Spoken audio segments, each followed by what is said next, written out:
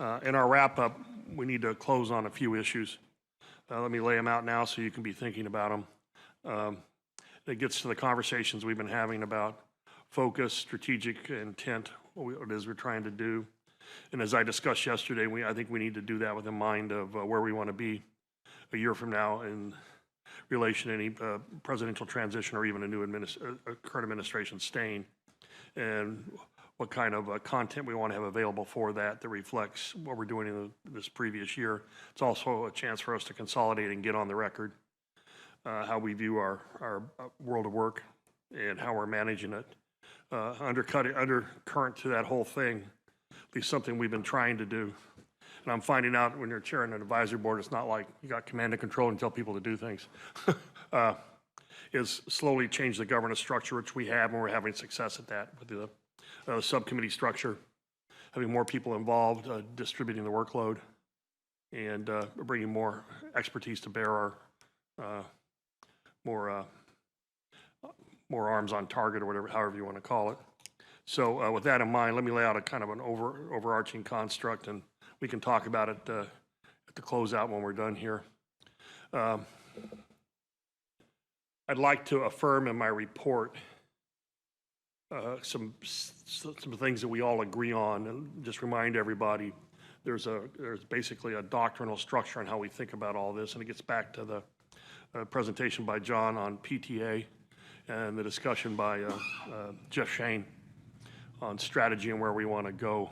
And I'd like to, I think, in addition to any findings, well, I'll talk about that in a minute, I think I'd like to make some reaffirming statements just to make sure everybody's clear on where we stand and kind of like the principles we operate under. So we keep reminding everybody of that. Of course, PTA is always going to be there. It is our mantra, and it's been easy for us to coalesce around that. I think how that extends out to things like high accuracy service and where we're going with some of the complementary sources and all that kind of stuff. We need to figure out a way to create a narrative and weave that together. Ultimately, in my view, what I'd like to see is a larger, maybe a strategic paper plan or whatever that ultimately would be the basis for a briefing book for the elections a year from now. So the exact details of that, I'd like to discuss them when we're done with the presentations this morning. But we have been thinking about a few things. And Brad, I don't know if you wanted to make some comments on your thoughts you've had over the last day regarding that. Why don't I hold on? Want to hold off? Have a list, yeah. Okay. So if you've got thoughts on this thematic groupings, themes, and how we want to focus this, including we've talked about the overarching thing, maybe PTA for the next meeting. We need to do that. And we're also going to discuss the next meeting itself, just to let you know so you can be thinking about it. We're looking potentially at doing this after the Space Symposium somewhere in the Colorado Springs, Denver area. I like the fact we can move around and then we actually get out and put our hands on and meet people that are part of the ecosystem that we advise. And of course, that's a target-rich environment, as you know, no pun intended, in Denver and Colorado Springs. So with that, well, unless there's anything else to add, Brad or JJ? There's one thing I think you might think about. You sensed that I was bearing down rather heavily yesterday on the subject of forward-looking capabilities of GPS in terms of maintaining whatever the number one, or at least some leadership capability within the world community of GNSS. And I have a list of about 8 things that, to my knowledge, are either delayed or not planned having to do with GPS that the competitors, particularly Galileo and Beidou, are either have already incorporated or are about to incorporate. And I would like to gather what that list is and then ponder what we should do about it in terms of energizing those who make budgetary decisions to try to at least not let us get too far behind the competitors. And I'm thinking, for example, the L5 travesty. We haven't, we know that L5 is the go-to signal for civilian particularly civilian aviation. I think it is. And yet we don't have it activated. And if you listen carefully yesterday, until that next 3 satellite is activated, we don't have 18. And I don't think we can declare it operational without 18 satellites up there. But if I read the tea leaves, that's going to be a long time. And it's going to be another year or more before that happens. And then in parallel, of course, OCX has to be able to support it, et cetera.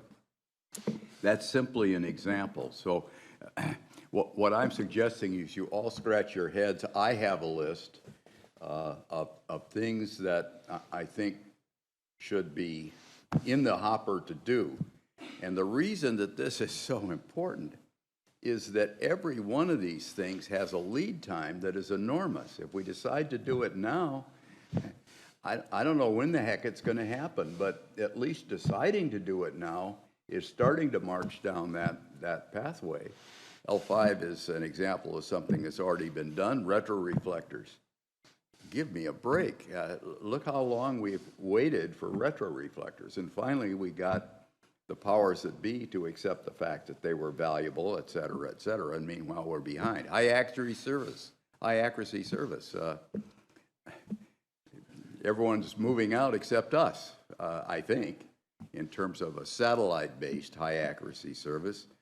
Anti-spoof authentication. I think the Galileo already has incorporated it, and yet I don't. Is there a plan to do that? Not to my knowledge.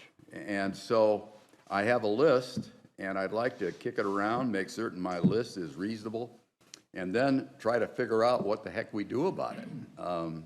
Is there a way that we can grab the attention of the powers that be and cause them to actually move in a direction that really does follow the national directive to maintain us as at least the co-equal best of all the other things. So that's my little diatribe this morning. Thanks, Brad. And I was actually thinking about this as well. Building on the concept of the memo I wrote last time to the 2 co-chairs, and given the conversations we had yesterday and what you just said today, I was thinking about a separate section in the memo would be policy gaps, concerns, or warning lights. We often figure out how to say it bureaucratically. And there are probably about 4 or 5 things, of which you just stated a couple, that we could include in that. Doesn't have to be a finding. We just say the sense of the board is we're concerned, and get the word out. Matt? Yeah, I was just going to say that documenting the background to those issues, Brad, is exactly what our white paper is about in the one we've been working on. So it will be a useful document, but what we do about it is completely follow on from that. So yeah, we need to start forecasting this. The white paper will come, and it's really important what you're doing. I think we need to tell them, warning light or whatever. And I'll figure out a way to say it as elegantly as I can. But, I'm just thinking if we get our white paper ready in time, it could go with it, but you might want to preempt it, as you say. Yeah, I don't know what your overall arc on that is, Matt, but if we could be looking at that for the spring meeting, that would be really good. Yeah, okay. All right. Anything else, Brad? So John yesterday asked for input on his future PTA ideas and such, and so if we could all get a list of the 8 and some idea of what you guys are doing, maybe we can, even though we're not in the subcommittee, we can lob in some ideas and thoughts from the outside. It doesn't have to be perfect, and we can do some of this virtually offline, but I'd like to not spend a lot of time on it, but wrap this thing up so we can get a memo moving forward. And if we have to kind of work this stuff virtually, I'm happy with that too. So the issues we've identified in the past are in those 2 tables I presented yesterday. So everyone has them. Okay, good. Yeah, I think this all comes together under an umbrella. And what we're doing is, in my view, in the military sense, we're developing what I would call a repeatable doctrine on how we think about this, like first principles. And for those of you who aren't familiar with the term doctrine, what it is it's a way to think about what it is you're doing. And for battlefield commanders, in the absence of any other direction, and you meet a novel or complex situation you haven't dealt with before, you go back to those first principles, which are doctrine. And that's kind of where we're at here, I think. I'll let my military fellows grade my paper there if you want to add anything. Logan.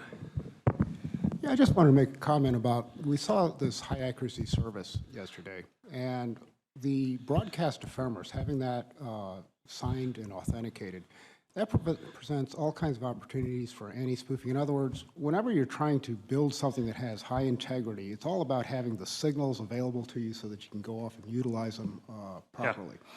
Yeah. And so, you know, we've talked about trying to get the attention of the XCOM and so on. And if we had a win in the sense of something that actually got deployed as a result of the activities of this board, I think that would really move us forward. And I'm going to argue that this is a win for the Department of Transportation as well. In other words, you know, this has just got win written all over it at a very low cost, okay? And so if we could make a very strong recommendation, that let's not just talk about this and keep pushing it down the road. Let's actually go off, build it, field it, and put it out there.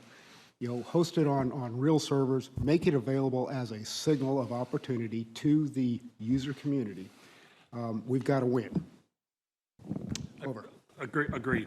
Let me just make a comment. It's more of an observation. We can talk about it a little bit more later on, but despite whatever my bio might say about operational stuff that I've done in my life, I've got over 2 decades of programming and budgeting. I was the 8 in the Coast Guard. I was the CFO. And the backdrop to all of this, the bureaucratic headwinds you deal with, is what I call the tyranny of the present in DC, and all we do is eat budget years up.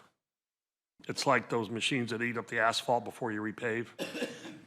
When you're in Washington, you just eat budget years, and that becomes the goal, and everybody stops thinking about the future. And because of that, if somebody like Karen wants to go further up or wherever, they're hitting those bureaucratic, like right now, I don't know, whatever, my guess is everybody that works in the government right now just received pass back for the next fiscal year. You're trying to work, oh shit, that's our funding level? Sorry, I guess we're on tape here. Right, Karen? Okay, so right now, they're arguing with OMB about what's going to be in the 25 budget. The anomaly is supposed to be on the Hill by 1 February, but it never gets there, you know, on time. So the next budget formulation that could be impacted by any of this stuff, and say somebody wants to take a bite, make a program of record, whether it has to do with GDPS or whatever, it's fiscal year 26, which gets back to Brad's comments. You know, that's the political, environmental, and budgeting ecosystem we're working in. That's one headwind. The other headwind is in the business world, you have this notion of agency and fiduciary responsibilities, due diligence, and things like that. If you're not a going concern and you don't have responsibility in a legal sense for the output of your organization, it's hard to get the things we want to get done because, as Brad famously says, there's no belly button. Nobody owns it. So this notion of ownership, the tyranny of the present, and if I volunteer to do anything that's going to be a bogey on my top line budget, it's going to affect my appropriation.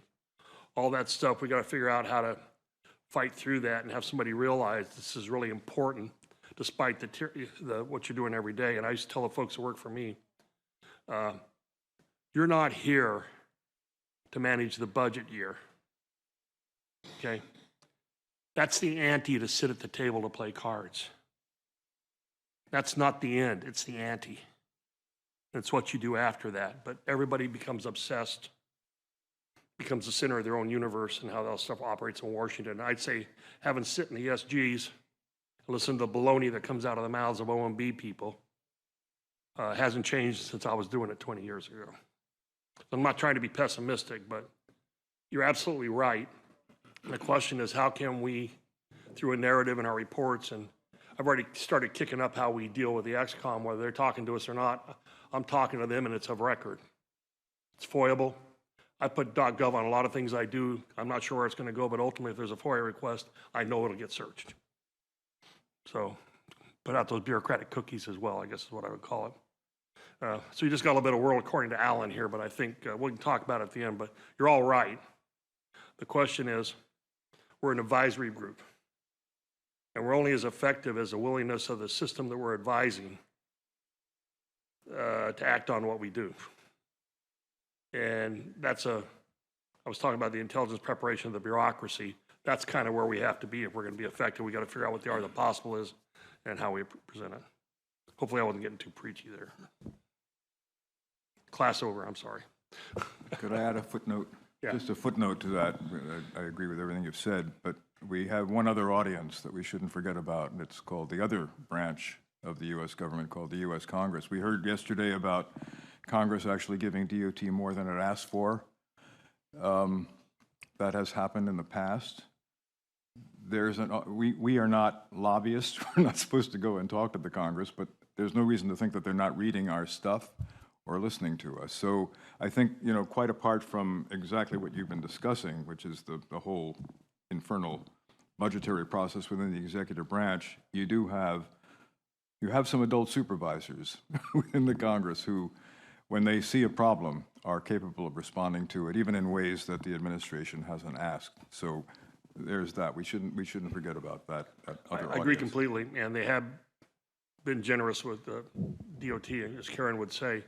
But I would guess, and I'm just making a guess, none of that is a permanent change in your budget. It's an add-on every year in the appropriations process, and you're not guaranteed to have it the next year because it doesn't even carry forward as your prior year enacted level, which is the starting point for the budget. Am I correct? That's correct. I'm a budget weenie. And the other thing is, I understand we have people in Congress that are like us, like Dana's, Jaramundi, whatever, the guy in California loves us and all that. And I realize we're on the record here, but frankly, what's going on right now, my definition of Congress is that body that engages in occasional random acts of aftersight. I know we're on the record. They can fire me if they don't like it. But anyway, point well taken, Jeff. It's been cathartic for me this morning. Thank you.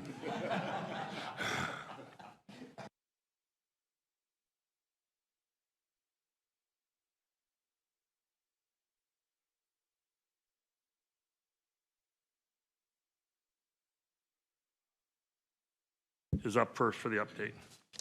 Thanks. Thank you, Admiral, for giving me the floor, and good morning to everyone. First of all, this is a privilege to remind you, the next slide, please, to remind you that we are celebrating. It is important, 50th anniversary of the GPS, and I would like to extend the appreciation of the accomplishment of that to Professor Brett Parkinson. Sir, I bow to your ingenuity, your perseverance, and also commitment, and his associates, so many other people, groups, and agencies that work that GPS is now the part of our lives. And you are aware, of course, that the Institute of Navigation has proclaimed October 23rd as International GNSS Day.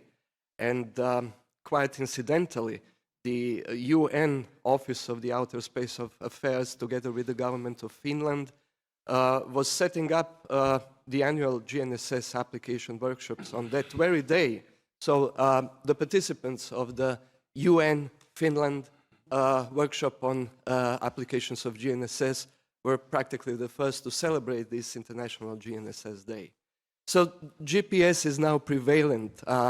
Everyone knows about it. Everyone uses it. It is a part of the national infrastructure. It is a part of our daily lives. It is a public goods. So it is not strange to learn that it has found even the place in the poetry, in the art. So Mark Knopfler perhaps thought about GPS birds tweeting the PRN code along the Telegraph Road when he wrote his famous song. But it is still Renato, I didn't know you were such a Renaissance man. Of course, the confirmation that the GPS is really important is, the next slide please, is that the GPS evolves, and also there is a lot of new developments, especially considering the new applications and new technologies that can get involved with the GPS provision and GPS application development. And you are all aware, we discussed it already during these 2 fantastic days of this meeting, that the traditional view of the GPS receiver as a black box is evaporating. There is there are new concepts, there are new ways of utilization of the GPS, the new ways of the GPS position, navigation and timing estimation that is related to the growing number of the GPS applications. And in that case, it is important for us as well as for the ExCom to assess the new developments and new lines of development. So the next slide, please. In that case, I would like to inform you that the Laboratory for Spatial Intelligence at my university, along with the many other researchers along the world, are developing new development frameworks, new tools that could empower development of the GPS applications. This is the way in which we try to embrace new technologies like software-defined radio, like capacity of the new telecommunication networks, mobile internet, as well as computer science developments like working in the cloud. So I have already introduced to this board the idea and the concept of the positioning as a service. In our recent development, we developed the framework in the programming environment called simply R. It is a statistical environment that allows us to use the various statistical methods and models in order to enhance the PNT performance, as well as to provide some PTA to the future developments, the future applications that we will develop on the GPS.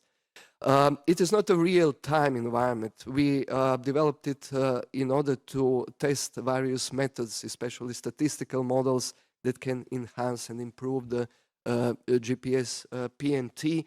But it is, in our personal belief, a valuable contribution that will allow to make breakthrough developments in the GPS position estimation, and that enhance the capacity and also the quality of service of different GPS applications. Next slide, please.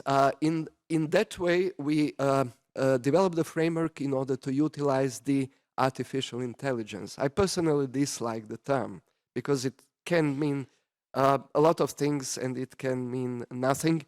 So it is a quick crash course.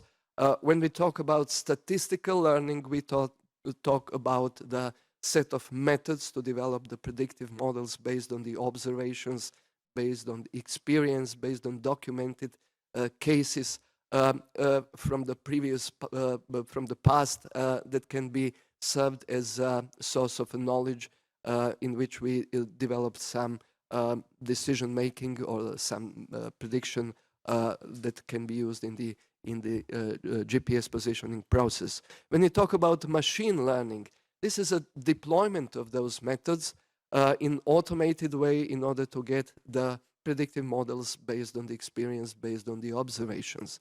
And when we speak about artificial intelligence, it is about deploying these automated predictive models in an automated way to make decisions. So we embrace this concept. We embedded it into our framework. Whenever we saw the complex system, the complex problems that traditionally are described with some set of partial differential equations, we simply throw them and engage the new and machine learning based methods that will give us sort of the optimization of the process and the problems we are going to solve. Think it like making the new correction models of the ionospheric delay. We are all aware of the Klobuchar model, which is benchmark model. Everything new that has that is under development and should be tested should be compared with the efforts and also with the performance of the Klobuchar model. So we tested the Klobuchar model. We challenged the Klobuchar model in the way that we first make the classification of the ionospheric events, then pick up the most suitable method to develop the predictive model that can suit the certain conditions of the ionosphere or should we say environment in which the GPS positioning takes place. So in that way, we got not only optimization towards the real conditions, but we can also get the enhancement and improvement of the PNT performance, as well as the PTA against the natural sources. It is just an example in which we utilize machine learning and artificial intelligence to improve PTN performance, but also to accomplish a sort of PTA as well. In that way, we engaged different new technologies like mobile internet, sensing of the environment, ambient, as we call it as well. Also the capacity of the new computing approaches like cloud computing. So in that way, we accomplish far better performance that it can be accomplished in the traditional way. So maybe go to the next slide, please.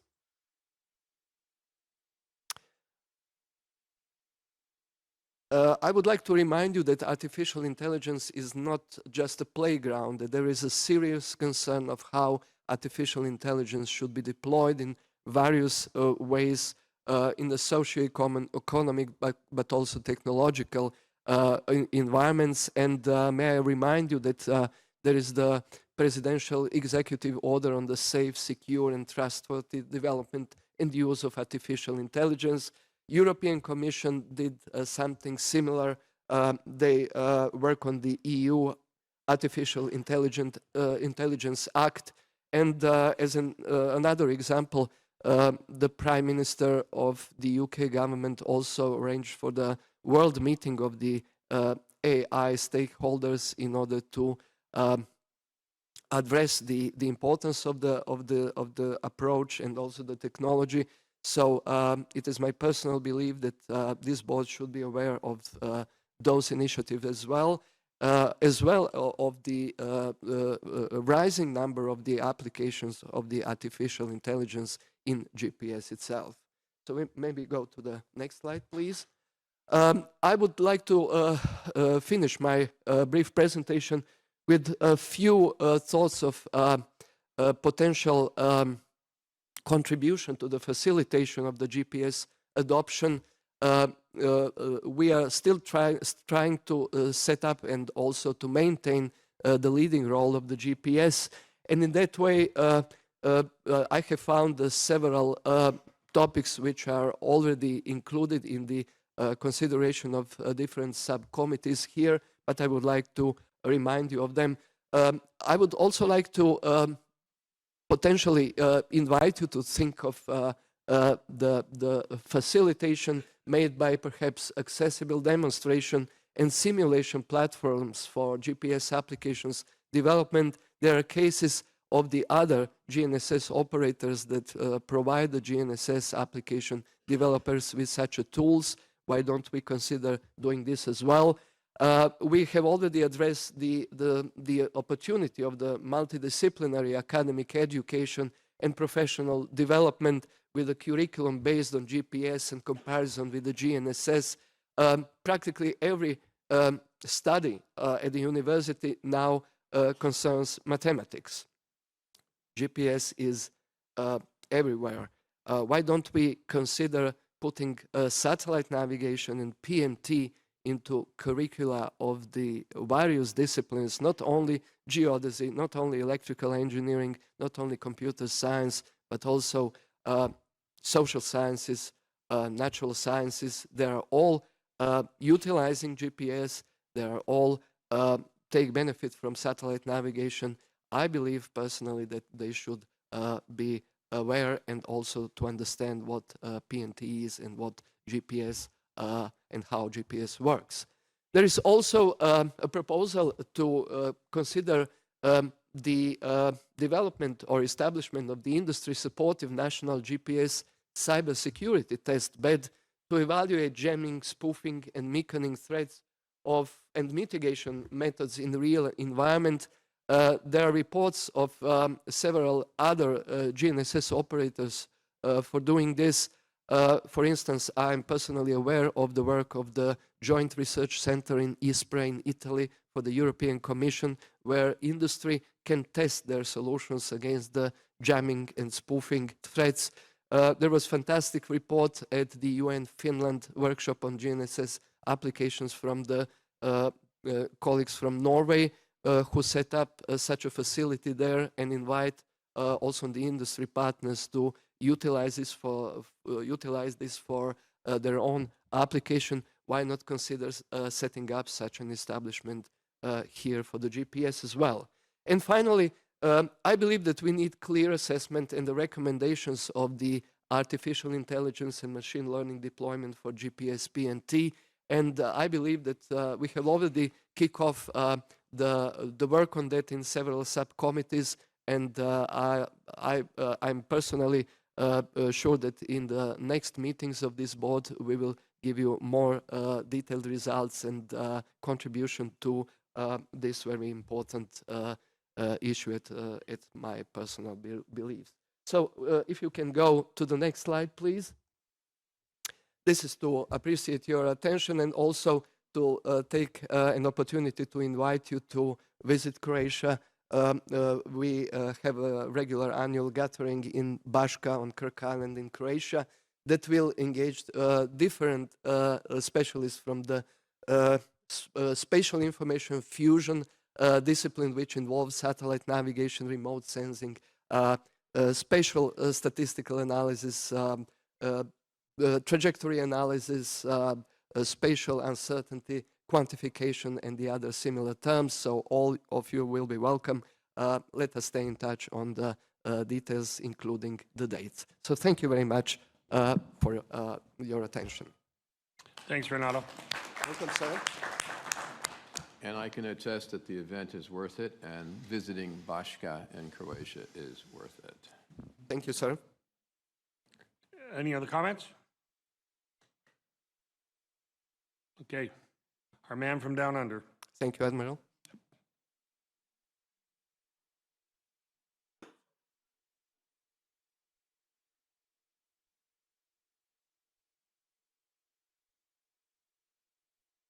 Good morning or g'day.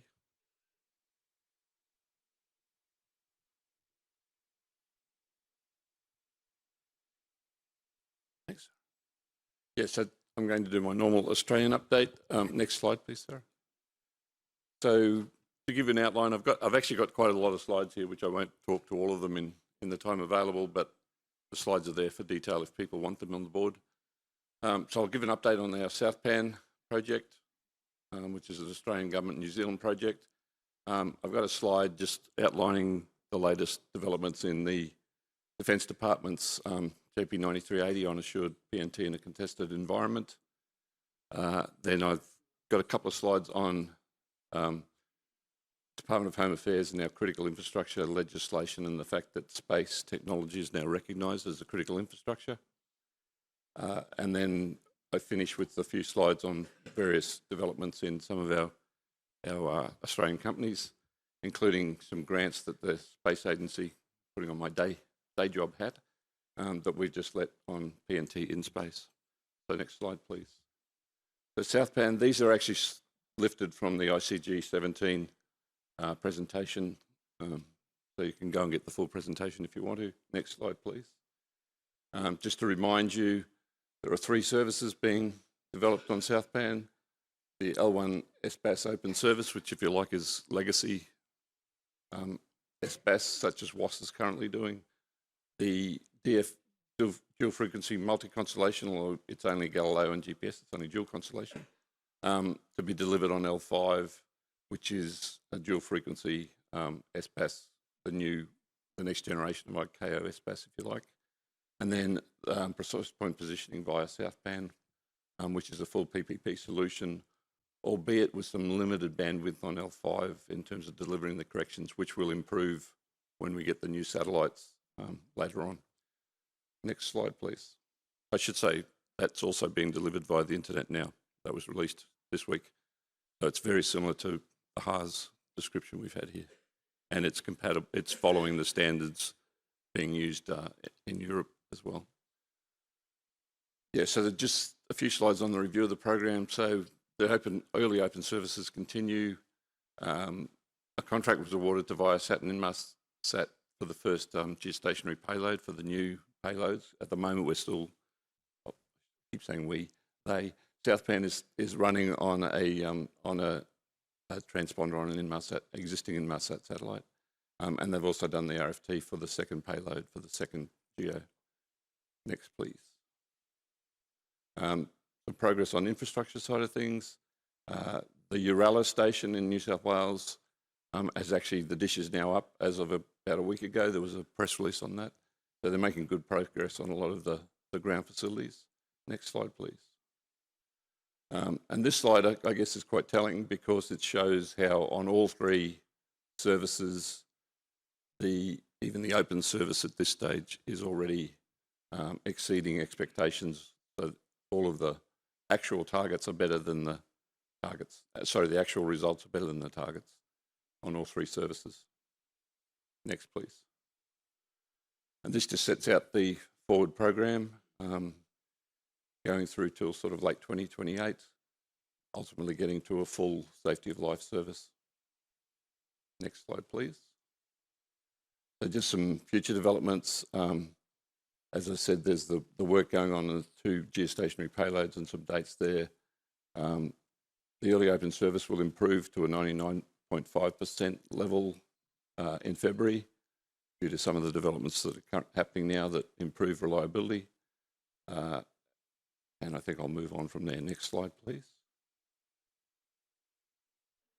And as I said before, the South Pan data access services, so availability of SBAS, I think, via the internet, but also the PPP via the internet. The third navigation channel is being developed. And then you can see there that the dates that are planned for the actual production, so moving from what was used for the test bed in terms of the geostationary payloads, moving to the actual system ones in 27, and then a second new one in 2028, at which point you'll have the 2 redundant geostationary payloads. Next, please.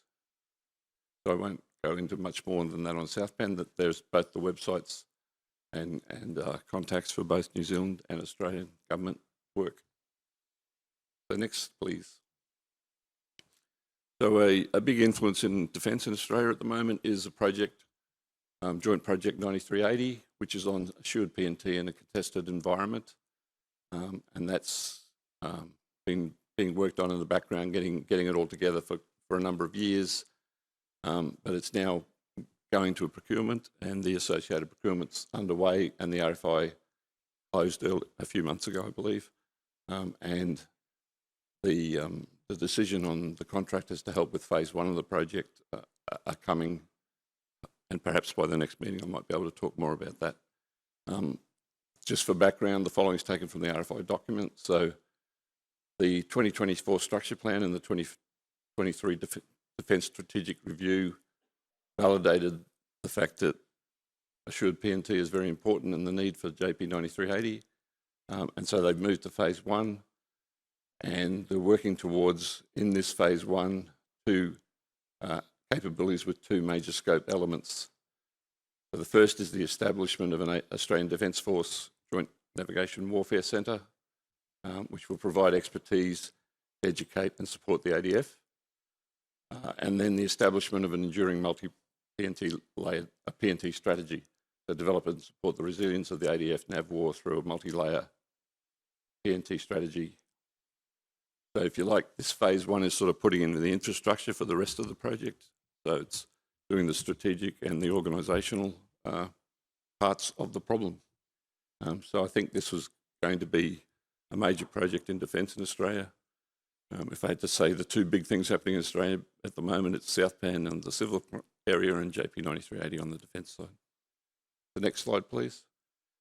As I said, we have the Department of Home Affairs, which is our equivalent to Homeland Security.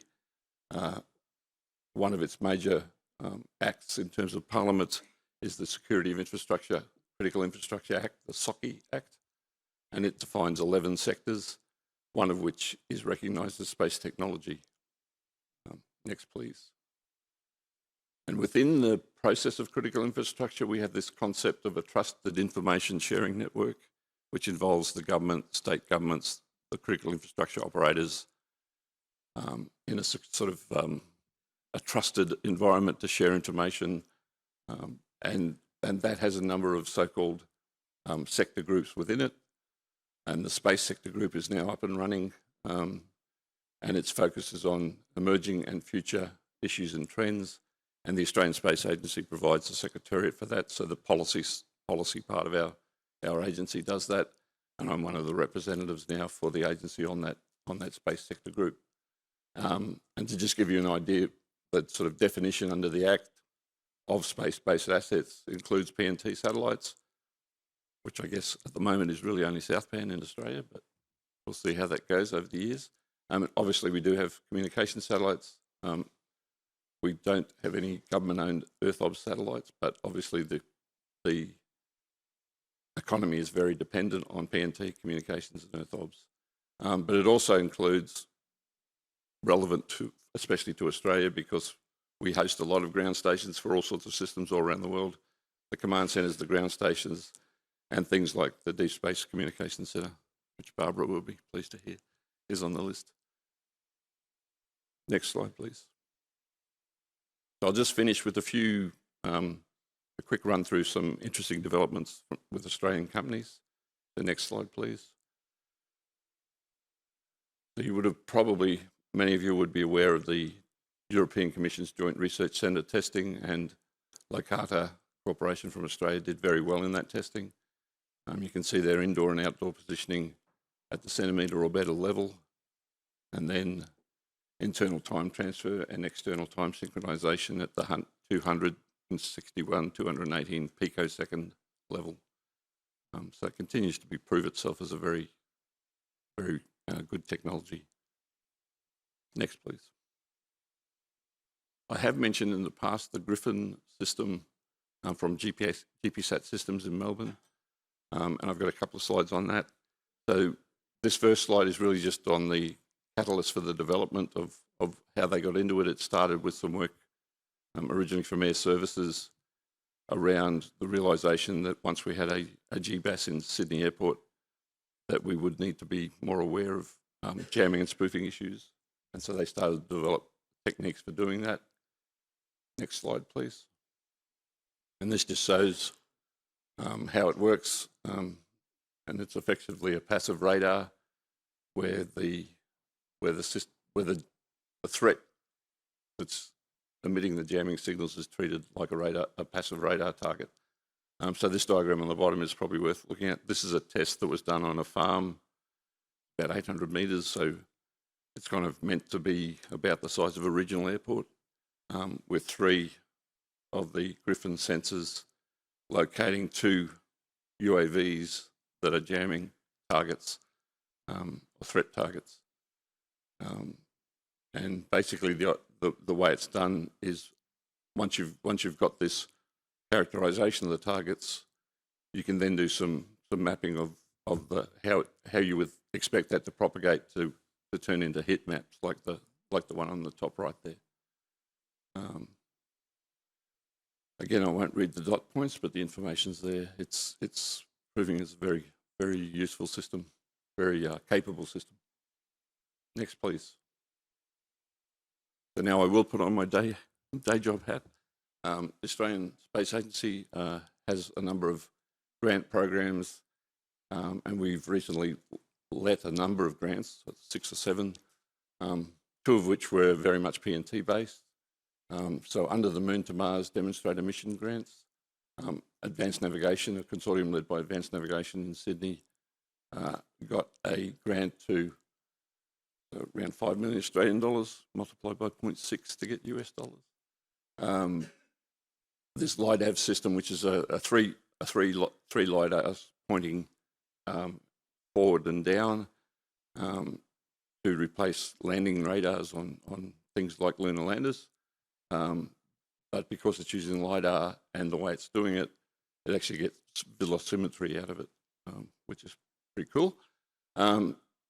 Advanced Navigation already had their inertial system in the guidance system for intuitive machines, I believe, are based here in Houston. And so for the Eclipse lander, for lunar landings, so this is likely to be, or that inertial system anyway, probably is likely to be the first Australian technology to land on the moon once they get going. So this particular grant, the new grant, is about the LIDAV, which will be used to bench test it as a prototyping exercise, such that maybe in the future it gets incorporated into the full guidance system. Next, please.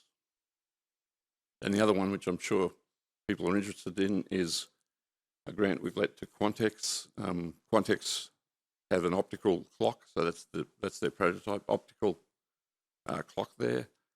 And this project is about space qualifying that clock, so that we could have the capability to fly an optical clock. I think the claim is there that will result in Australia launching one of the globe's most complex quantum devices into orbit. So that's pretty cool. It's the next generation of timing. And I think that's it. Thank you. With a plug for IGNSS again, which will have an opening keynote by a guy called Brad Parkinson about the 50th anniversary of GPS. You should have it memorised by then. And we've also got Frank and Brian Chan and Jade speaking at that conference. And anyone else who wants to join us is welcome. Thank you. Thanks, Matt. I think Brad had one comment. Yeah, do you happen to know what the Allen variance is at 10 to the 5th seconds for that clock? I don't off the top of my head, no. But I can find it. If you could just send me a number, I'd like to file those away. Yeah, it's interesting. They've also got another product that's very stable over short periods, which is being used in the Jindalee over the horizon radar to generate very precise radar signals for the defence. So it's pretty cutting edge stuff. Thanks, Matt. Terry?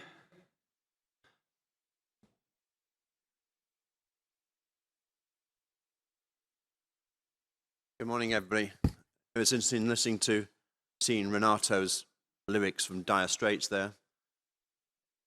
Put me in mind of a similar start for my talk now, and I was thinking about, does anybody know a California band called Toad the Wet Sprocket? In their fantastic 1991 album, Fear, I think the fourth song was called Something to Say.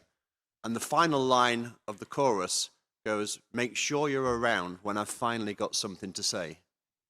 Today is that day. Next slide. So over the previous meetings, I've been trying to talk and explain to you what's happening in the United Kingdom about PNT and a rather slow timeline. Could we go to the next slide? Oh, okay. Oh, here we go. With this slide you've seen before, explaining what's been happening since 2018 when the Blackett Review, as it was called, investigated all the vulnerabilities that we have in CNI and other applications and tried to come up with an action plan for how the government should respond to that. That led on to the space-based BNT program, for which there have been direct questions about that from this board in the past, and I've been unable to answer those. That report was withheld, but was finally published in October this year. So if anybody wants that, it's all publicly available now. Same thing with the draft strategy. The draft strategy was published in 21. It was not accepted by the government or implemented by the government and basically sat on someone's desk. But then towards the end of that year, the integrated review and then the national space strategy, both for the first time, started committing the government, the UK government, to doing something about strengthening the resilience of PNT. We move on to the next slide, please. And those messages were reinforced through 2022 in October, when two reports came out from two parliamentary select committees in terms of the space strategy and in terms of defence. Both of them stressed the absolute importance of PNT, the vulnerabilities there, the need for resilience, and the need for the government to actually do something. Aren't these sounding familiar messages? Next slide, please. So as I reported earlier this year and the end of last year, the government put in place this cross-government PNT office demonstrator project, as it was snappily called, which was try to bring together all the different departments in government with interest primarily in CNI and other applications, and to try and develop for the first time some unified and integrated policies on PNT. Covering those areas you can see across the bottom there, what the landscape was like, what the available technologies were, what the quick wins might be, how it would be operated, what the governance would be. And through those 3 boards on the right-hand side there, the project management board across government, bringing in through the community of practice other practitioners such as the mariners and the aviators, and then an independent expert group where I sat to provide hopefully some guidance and expert input into the final report. And that report, as many of you know, the framework policy was published in October this year. So if we go on to the next slide, please. Leading up to that, though, earlier on this year, before the publication of that, for the first time, PNT came onto the National Risk Register. Previously, the only contribution or the only representation of PNT or GNSS within the National Risk Register was in terms of space weather, as we heard yesterday. But earlier this year, it actually came in to the Space Register for the first time, recognizing the critical dependence on PNT, what impact that would have, and coming up with this risk matrix for every risk that's in the risk register. Again, this is all publicly available. If you want to go and look for those documents, they're all there. There is this risk matrix for every aspect of every item, every technology, every area that's involved in the risk register. With this matrix, which tries to give an indication in very simple bands of the level of the risk, the likelihood of that, and the likely impact. And you can see there's huge error bars on this. I just pulled out the 2 key numbers on that side there, but you can actually take it right up to absolutely catastrophic, as we know, and the likelihood can change. And of course, this is shown as 2 dimensions, but this risk matrix is not 2-dimensional. It should have time as the other dimension on there as well, because something that's a small interference for a short period of time will have a different impact for something that's got the duration of days. So you should have, I think there should be another dimension on this graph, but difficult to show. So if we move on to the next slide, please. Now, when I was teaching my students about giving presentation skills, the worst thing they would do, I would limit them and say, look, you're only allowed to show 1 slide. And so they put 10 slides worth of material on 1 slide. So this is not my fault. This is the only official slide I'm going to show you from the government. It's on their website, so I don't feel guilty about doing that. And as you can see, it's got so much on it, you can't read it. But fundamentally, what does it say? Well, it says, what is PNT? Why is PNT important? What is the risk? What will the government do? Which you notice is the smallest box. And then the framework. Okay, so the bit in the circle with the UK map in the middle of it is the most important message. So I've taken that bit and I'm highlighting that now. So next slide, please. So this is actually what the policy framework now says. It says there are these 10 items, which is what the title on the agenda is for today. As we've been lobbying for some time, the most important part is put some people in charge.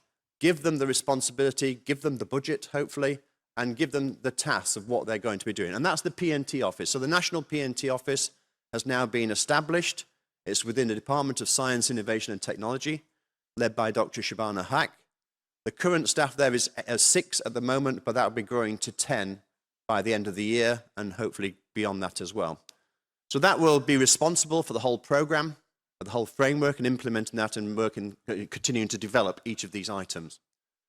Developing the crisis plan, so this is just the short-term mitigations against incidents identified in the risk register, how the government, how the country is going to respond to those.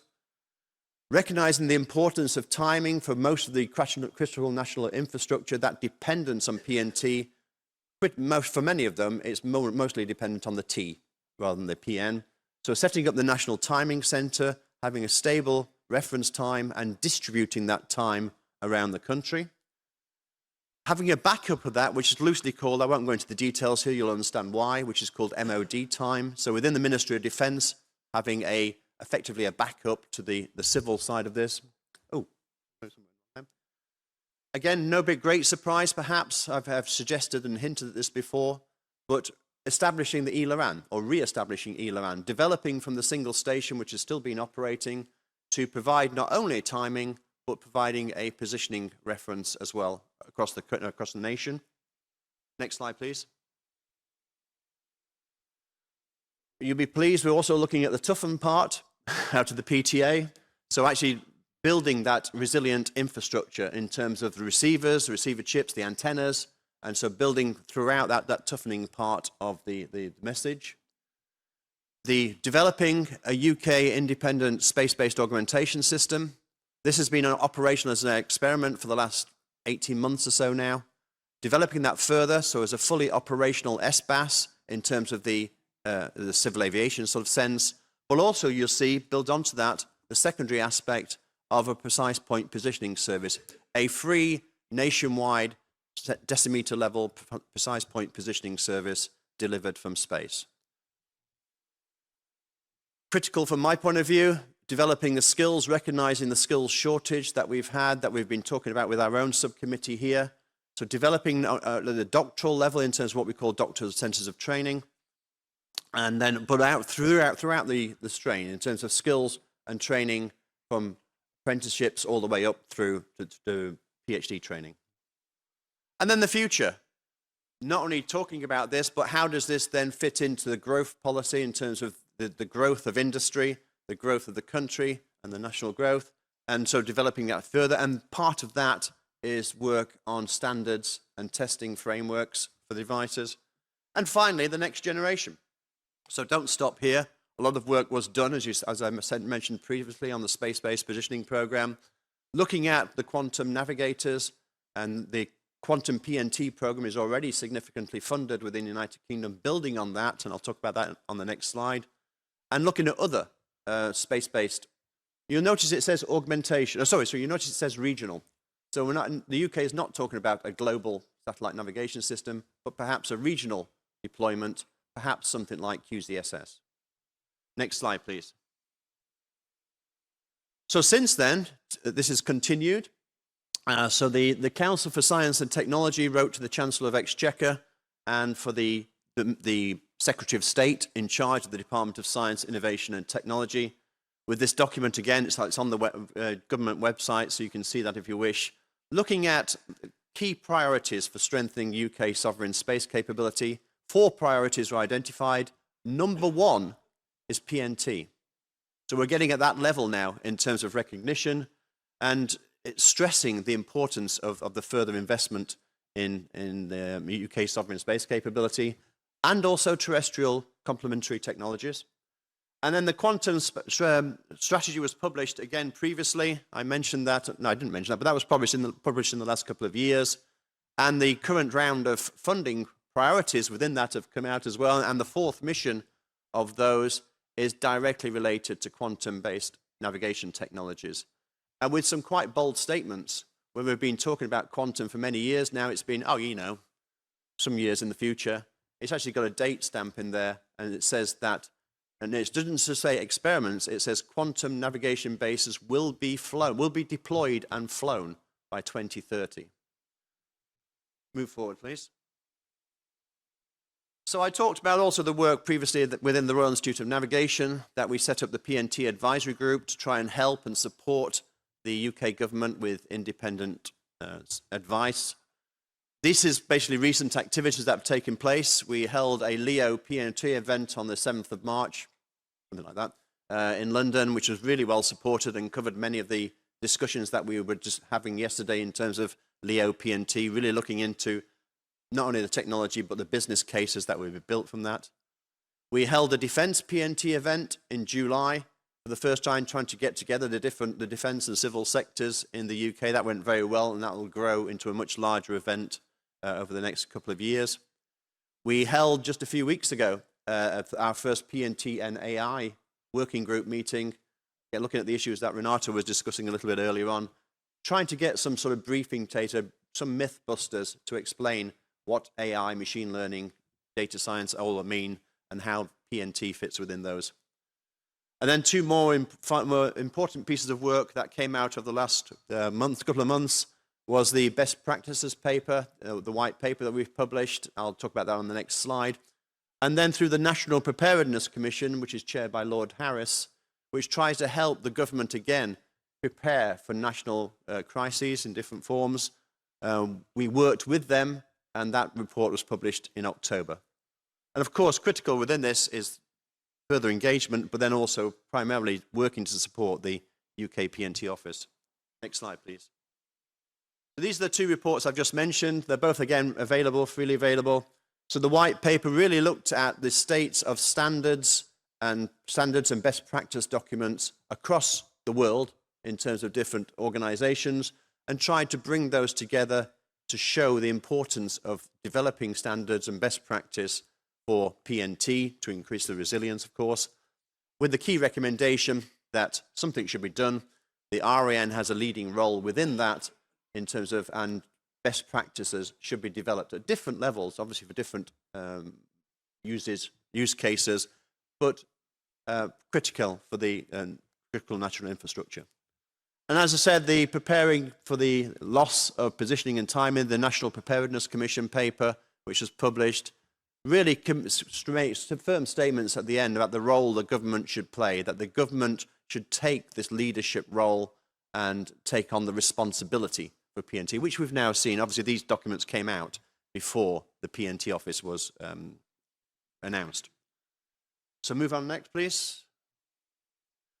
So what are we doing next within the Royal Institute of Navigation? Well, you can see various things. So we hold now an annual GNSS leadership seminar. This took place on the 7th of November. We were beneficiary. The minister then at that time, which was George Freeman, announced the PNT framework there, and the head of the PNT office, Shabana Haque, gave the presentation detailing in far more detail than I was able to show today. That will be an annual event, so we'll be looking something towards the end of next year. And then other activities in terms of the LEO, we're looking at quantum as well. We haven't got an event scheduled for that next, but that's the next piece of work we'll be picking up, looking at this interaction with quantum technologies and PNT. AI I've talked about, the defense I've talked about, and then the two papers are in that best practice part. So how does that move forward in terms of when we're starting talking about test networks, best practice papers as moving forward? And the final slide, please. Everybody has to finish with an advert for a conference. So can I please encourage you all to look at the European Navigation Conference. This will be held in Estec at Noordwijk in the Netherlands in next May. This year we held it there as well, and we were oversubscribed. So we've tried to give the European Navigation Conference a new lease of life, and it's working. We're getting back to having a good, stable, and meaningful European Navigation Conference. So I encourage you to all come along to that. Thank you very much.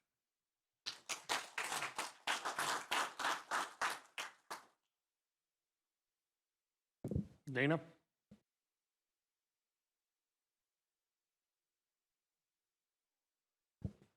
Go ahead. Terry, thank you. Just a second, we had one question. Go ahead. Thank you for a really interesting presentation. There's a tremendous amount of activity going on, and that's great to see. One of the things I observed, however, is that at least at the level that you presented, having PNT is kind of thought about as a binary thing. And of course, knowing what time it is within a year is not like knowing what time it is within a microsecond. And so is there deeper thinking about actually the quality of the PNT, somewhat similar to the framework we talked about yesterday? Is that something where the Royal Institute of Navigation is helping inform the bureaucrats about the more subtle but important issues? Yeah, I think you're quite right, John. I agree. This was an overview presentation. Now, there is a lot more work. So the framework there is that, and the words are chosen quite carefully. Okay, it is not the policy, it's not the strategy, it's a framework, and each of those items will now be developed in more detail. And that, I think, the aspect you're talking about comes within, I believe, within this the work we're doing in terms of from the RAN, in terms of advice on understanding the depth, the detail of it, and what we've called the best practice aspects to it, because it's how you respond and different levels of threat and different levels of accuracy requirements across all the different use cases. So there's no single, even though I talked loosely about best practice, obviously that's not a one fixed solution. Every use case will have potentially different levels and different levels of requirement and response to that. It just occurred to me listening to John's comments and where this discussion is going. I'm not going to be subversive or anything, but I think sooner or later we got to question whether or not we need space-based in front of this body's title. Thanks, Terry. Yeah, okay.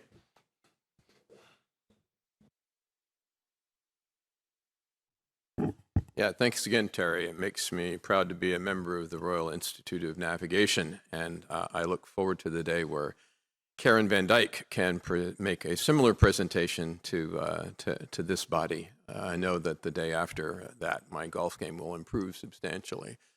And thank you to all of you for a number of things. One, for welcoming the R&T Foundation, myself, among your number these many years, and for putting things on the record, as the Admiral says. We at the Foundation advocate for policies and systems to protect GPS satellite signals and users. And when we go to talk to Congress and advocate for budgets and policies and the kinds of things that the PNT Advisory Board talks about, and when we go to talk with the executive branch and advocate for those things, having those things on the record, having a group of experts and their documents to point to and say, look, it's not just us. The smart people also want you to do this. This is what needs to be done. So it is very helpful to be able to refer to the protect, toughen, and augment kinds of things that are documented and done here in other forums. And we're not the only ones that do that, I can assure you, but I can also assure you that we are relentless in doing that whenever and wherever we go. I also need to thank our R&T Foundation members. We have a number of individual members who work on behalf of Protect, Toughen, and Augment, folks like Pat Diamond, who does a whole lot of pro bono work, helping develop systems that can be complementary and augment GPS and other GNSS. And in fact, Pat broke ground with the Canadian government recently, and he and I attended the first that we know of PNT Resilience event in Canada at Humber College, and we both played roles in that presentation and found a really welcoming reception. It was one of those instances where you go and really smart people have the light bulbs go on and say, oh, yeah, this is a problem. This isn't something we had thought about before. And so Humber College in Toronto looks to become a center of excellence for PNT and PNT resilience within Canada. Again, I think it's the first of the kind.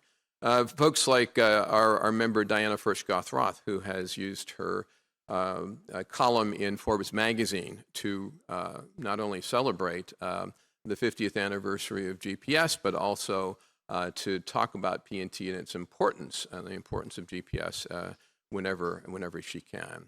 I also need to thank our 38 corporate members, because for a number of reasons, certainly for their support, but we are not a trade association. We are a scientific and educational public benefit charity, so we are prohibited from supporting their interests, and they are mandated to support our mission.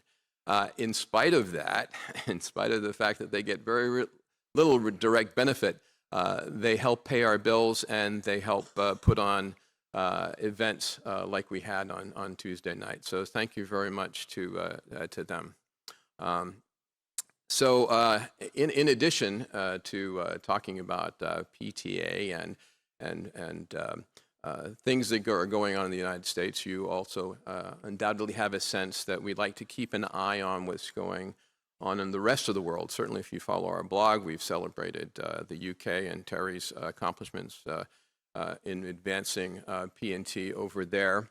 And we think that's important, so as a benchmark for what the U.S. could and should do, and also just to know what others are doing. And you will remember that at our last meeting, I talked a bit about China's unforgettable humiliation and their motivation to become independent of the U.S. and independent of space. And I talked about President Xi's desire to establish a legacy, and how, like Vladimir Putin, he's getting on in age and has a breakaway province he needs to bring under his control. Well, since that time, and especially since China is what the Department of Defense calls our pacing threat. We have had some new announcements and developments in China.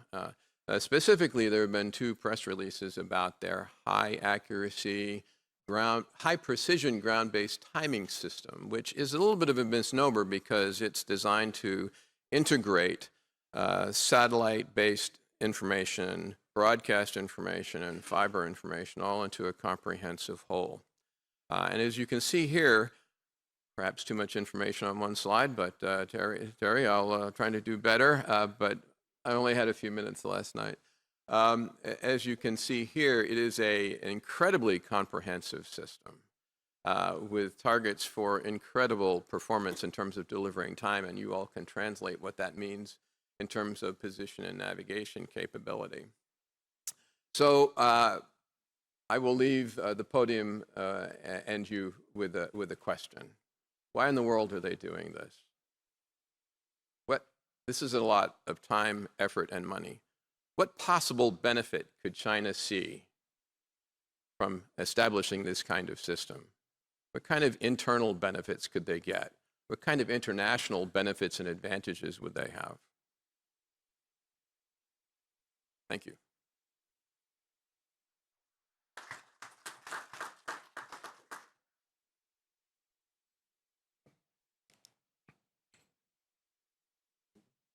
David Grossman next.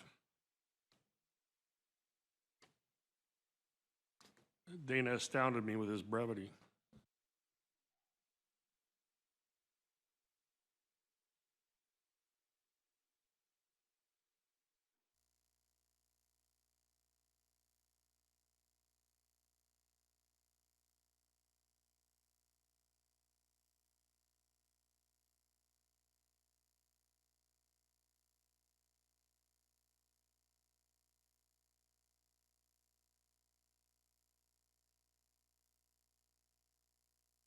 While we're checking, why don't we go to Jeff?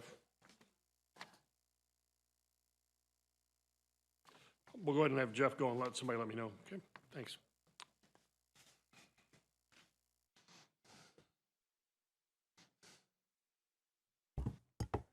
Thank you, Admiral. I think I'm going to give you back some time.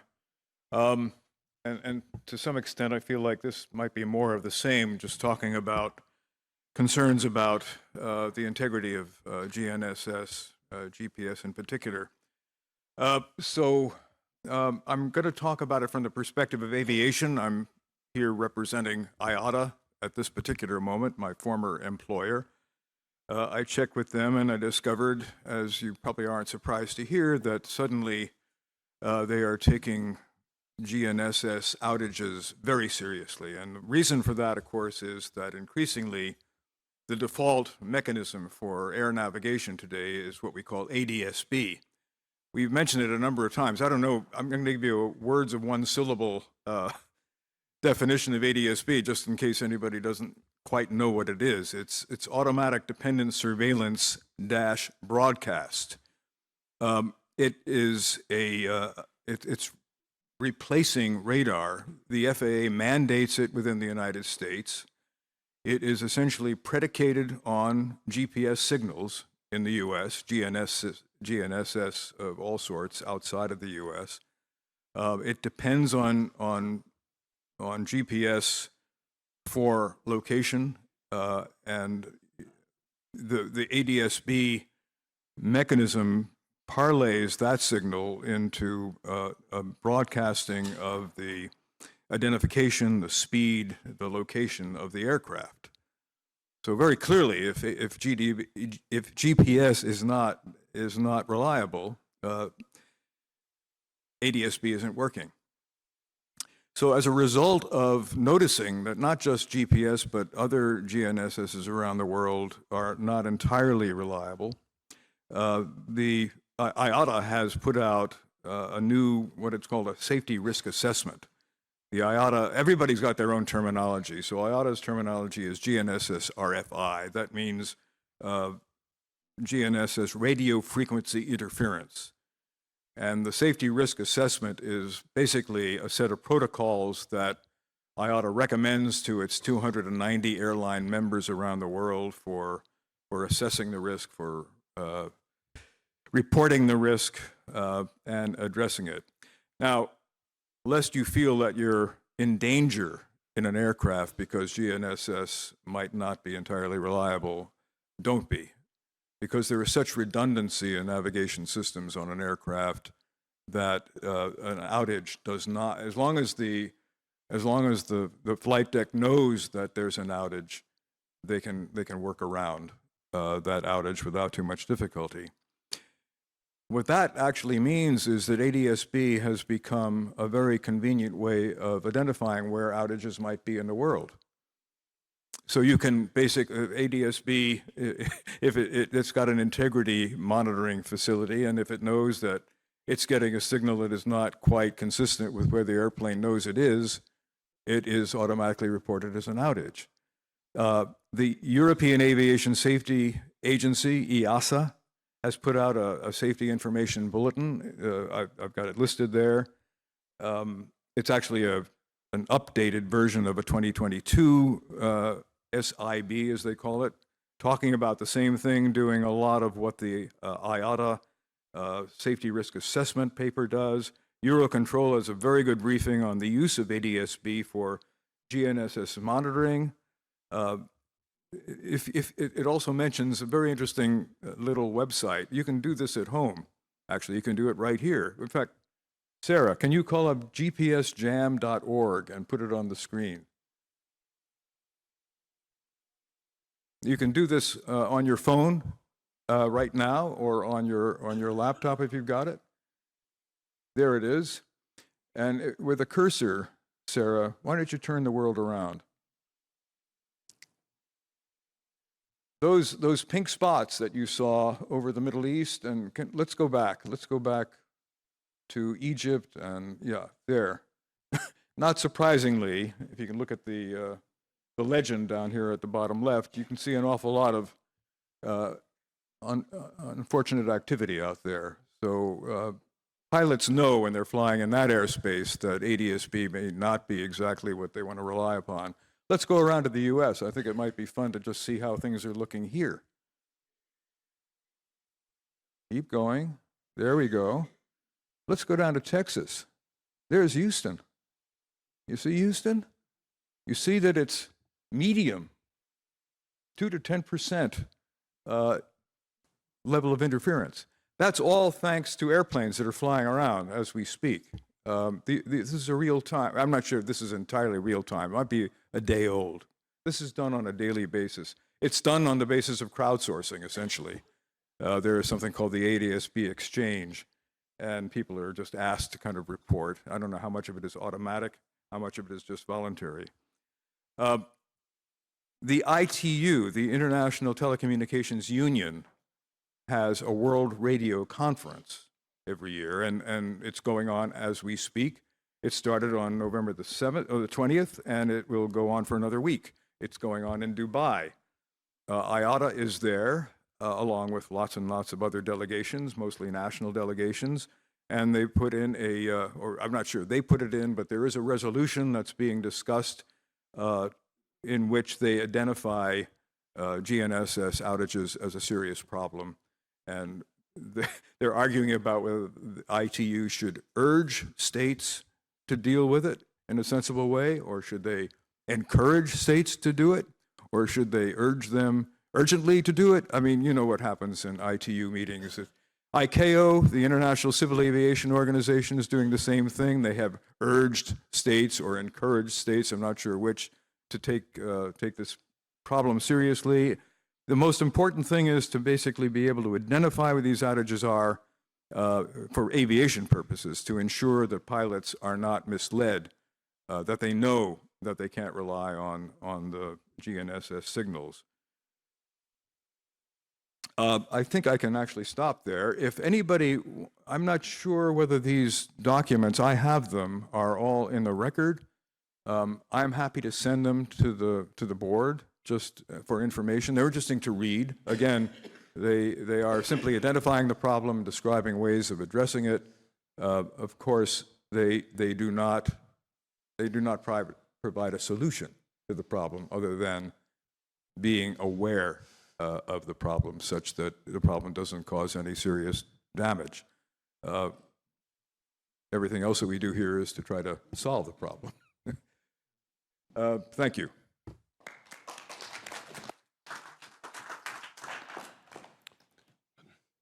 Jeff, you got some questions here.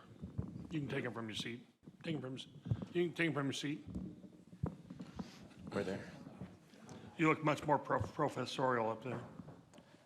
This is actually more of a comment than a question. Just to reassure you about the apparent interference nearby Houston, we've been looking at that, and what we've seen is that that's actually caused by high-performance trainer aircraft that are doing maneuvers that are causing them to lose GPS and not actually interference. So if you look at GPS Jam, which is a fabulous resource, I think it's worth pointing out, those occur every weekday, not on the weekends, and they're limited to these very high-performance aircraft flying very circular routes that no doubt cause them to go inverted or lose GPS. So, but the white sand stuff on there probably is interference, but the South Texas stuff is most likely not interference. I'm really glad you mentioned that, because one of the big problems that IATA has called attention to both at ICAO and at the ITU is what you might call intentional interference. Things that the government does, testing systems, which have unexpected consequences for the integrity of GPS and GNSS signals. So there is, in fact, in the resolution that's pending right now at ITU, they're urging states to be careful about that, not to compromise navigation, even though they are pursuing legitimate ends. They need to be careful about what they do with signal propagation.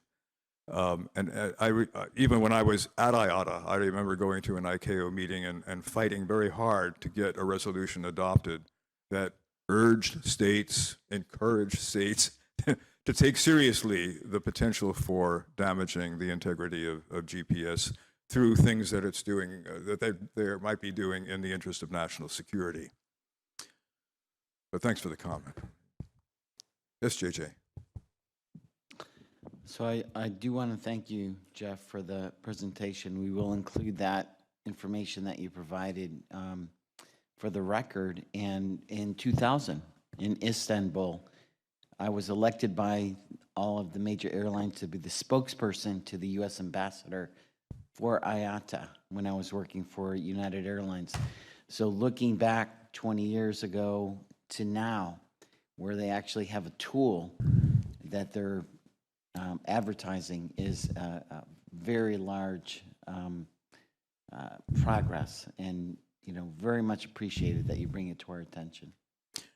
And your former boss, Joe Burns, knows all about this stuff. Captain Burns has taken a powder, I think because he knew I was going to call on him. No, that's not why. But he understands this stuff thoroughly and would be able to do it in more than words of one syllable. So you might be more satisfied to hear from him. Logan, did you have a question? Yeah, thank you. I find it amazing that this GPSjam.org is providing situational awareness globally. And correct me if I'm wrong, but my understanding is that's pretty close to a hobbyist activity. Yes, it is. Okay. And that was going to be my question. Who's doing this? Yeah, it's a hobbyist, isn't it? Like one guy? Oh, the GPS Jam? Yeah. I think so. I think that, but that's not what people are relying on. That's fun to look at because you can play with it. But I think there are other more official efforts to make. Absolutely, but this really reflects on global situational awareness coming out of some guy's hobbyist activity. It shows how easy it is to do, and kind of shames the government that the government's not doing it themselves and doing an even better job.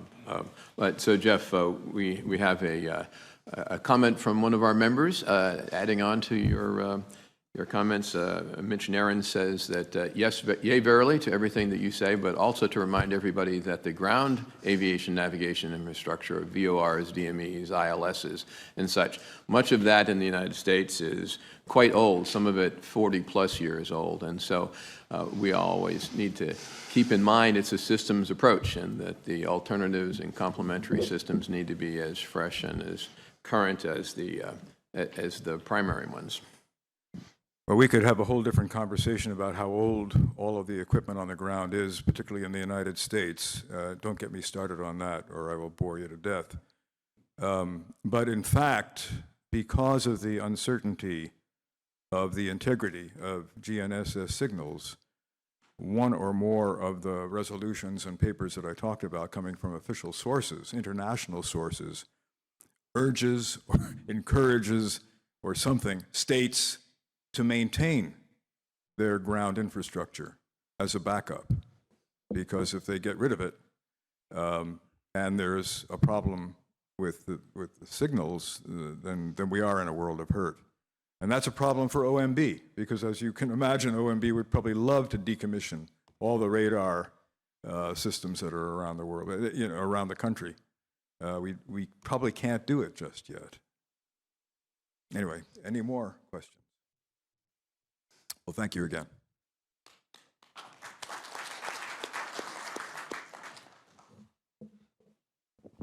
I've been trying to play with it. I'm going to have to get my 12-year-old granddaughter to help me. So we have a link to gpsjam.org on our homepage if anybody needs a quick reference. May I ask you a question? I wasn't sure if Jeff would know, but what's the source of this monitoring? It doesn't matter if it's one person. Where's the data coming from? Is it a self-reporting? Is it? I've got it online here. It's ADSB Exchange, so it's a collection of ground stations that are collecting ADSB data. And I think what they really offer is this brilliant visualization that makes it so easy, as Jeffrey indicated, right? You don't need any prior training. You can just do it, and it's very well observed. The one complaint I would have, though, is that ADSB was not designed to do interference detection, and what it's reporting is where the GPS is inaccurate. And there are many reasons GPS could be inaccurate. So it labels that saying, here's where you have interference. It really should be saying, here's where GPS is inaccurate. Because again, many of those instances are caused by non-interference events. And we've been doing quite a bit of work to distinguish that. We have some papers. We're setting up our own website where we separate out these other aircraft, known bad aircraft. Helicopters often have, experimental aircraft frequently have misreporting. And when you remove those, you get a somewhat different looking picture in that. And then you want to open up and say, here are the actual events, because as Jeffrey pointed out, there are events from White Sands, there are other test events that occur pretty regularly, and those are real interference events, and we'd like to identify those and highlight those in that. So, but it is just really the aircraft are reporting this for traffic situational awareness, for air traffic control, and we can listen in and piggyback on it and use it for this other purpose that it was not originally intended to do.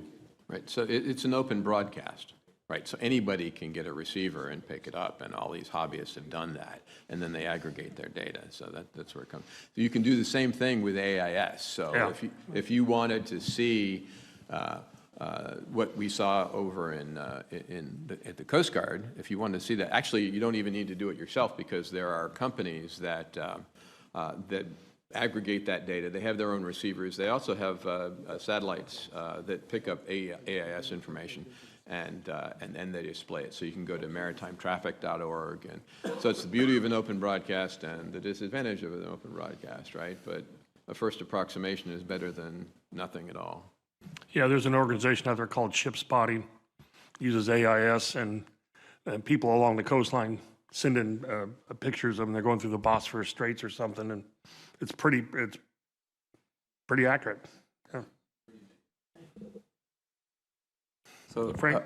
question for Todd or anyone else who knows more of the details. So I'm just looking at the frequently asked questions of GPS Jam and the API that they're using, and it looks like there's this thing called navigation accuracy for position. It's just a self-reported estimated accuracy of, you know, levels less than 3 meters, less than 10 meters, less than 30 meters. Is that what they? Yeah, the ADS-B format has some quality indicators in it. So there's something called the NAC, which is the navigational accuracy. I forget what the C is at the moment, Karen. It's a category. Category, and then there's also a NIC, which is the the navigational integrity category, and then there's a SIL, which is the service integrity level, I think. So there's those three parameters are performance ones. We have found that the NIC is a good one, and I think that's what ADS-B Exchange is using, because it's actually linked to the horizontal protection level, which is specified in the MOPS. And so you can look at that and tie that basically to the strength. Largely, it'll be tied to the geometry. Do you have good geometry or not? And so as the geometry degrades, which you would expect under interference, or goes away entirely, then the NIC will, it's the higher the NIC value, the better your performance. And if you go to a NIC of 0, it's basically saying it has unknown integrity. And so what ADS-B Exchange is reacting to is when an aircraft reports a NIC value of 0, it will label that as interference. And as I said, sometimes that's true, sometimes that's not true. And so if you distinguish that, if you can use other indicators, other information to separate those, then you can use this, you know, it's a very powerful one. And obviously, when you get to places like Ukraine, Syria, and so forth, where there's a lot of interference, you can see like almost all aircraft are going to be reporting the, you know, uncertain integrity levels. But in the U.S., where it's much lesser of an impact, and then again, we have these other ones coming in, it's a little harder to distinguish them. So a lot of times what you see as interference is an aircraft with bad transponder or a bad GPS unit or something else happening. So it's real. I mean, maybe GPS Jam is a bit of a clickbait name. It's really GPSAC.org. Yeah, I mean, again, you know, as a hobbyist, you know, I think there's not a research, it's not, but again, what they did is fabulous. They called a lot of attention to it, and I mean, I'm very jealous of their interface. You know, they have this beautiful interface. It is 24 hours data aggregated, so it is after the fact. It's not a real-time indication of what's going on, but they have a history, so you can go back. It's very handy for us. We use it all the time to go back and look and see when we hear reports. You can take a quick look at GPS jam and at least see if there was jamming. It should be indicated in the record. But like I say, a lot of things we see, we have to take a deeper dive in to say, is that really there? And it was very useful, you know, as we mentioned, the Dallas and the Denver events, those had huge impact. And if you go back and look, trying to remember, I think GPS jam came online just after the Dallas event, the Denver event, but I think it does have data. You can go back and look at the Dallas event and see what that looked like. Yeah, and you guys used ADS-B to locate the Denver source, right?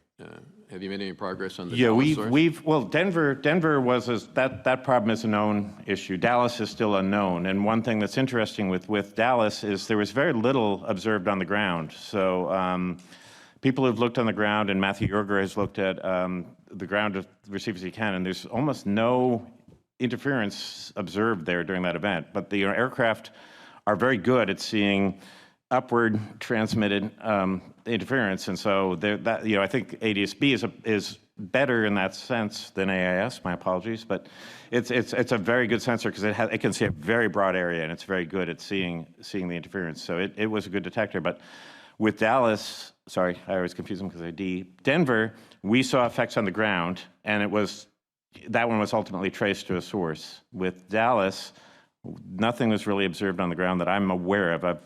You know, it hasn't been reported. You really kind of need the airborne and the space detection schemes to narrow that down. And from our observations, it was intermittent.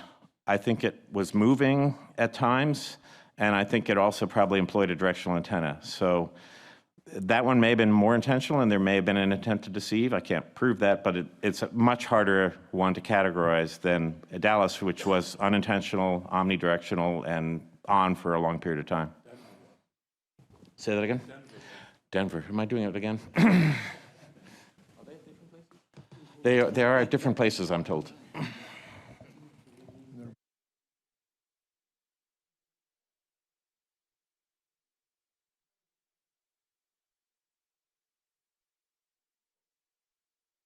Sorry, I started playing with it.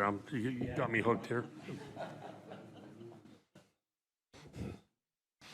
Let's see, I think we're almost to break time. Anybody else have anything for the good of the order? Yeah, do we know if David's? He's not virtual, so I think it's break, sir. Okay. See you at 10:55.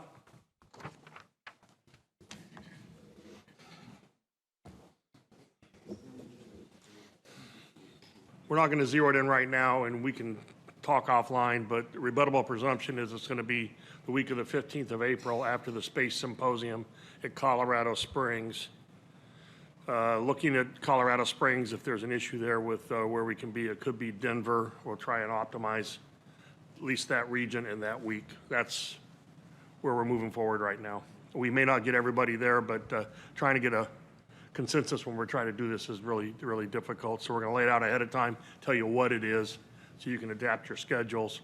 And I think we can still have people there to have a meeting. So I'm going to take that one off the table, JJ. That's where we're headed. Yes, sir, and also I'll mention that for the Space Symposium, we do have former NASA representatives that run that, and they have been very generous in the past in terms of our advisory committee activities, not just for this one, but for the National Space Council. So we'll look at who may be available to stay at the Space Symposium the week prior, get situated.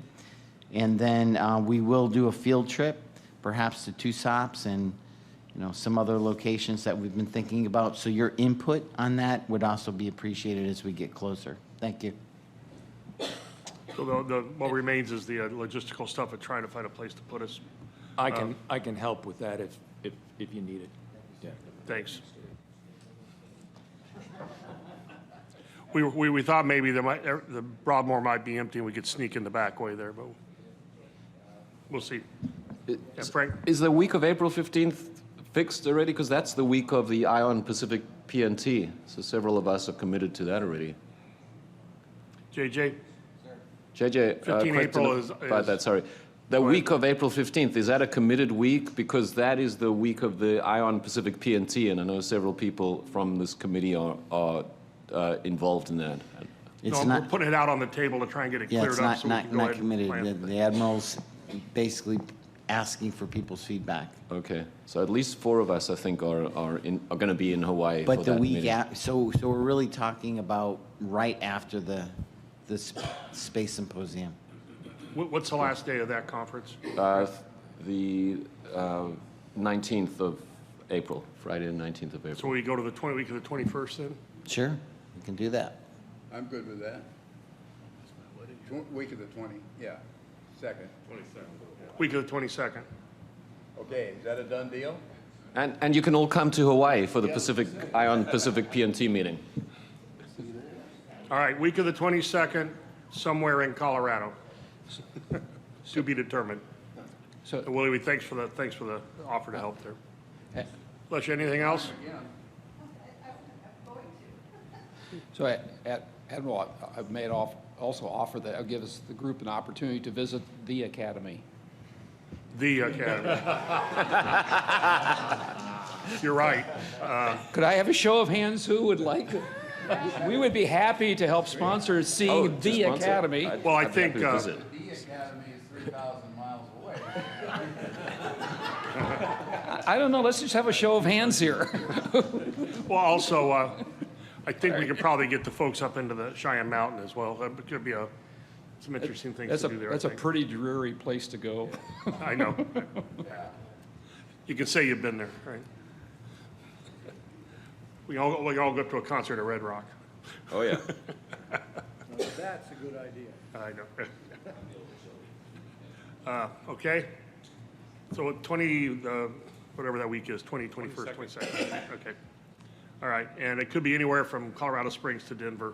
And they're close enough where we don't want a day trip to go to some of these places. That's easily doable with the distance that's there. So. Well, there is a Class 1 rail research center equipment if we're talking about positive train control of all substances.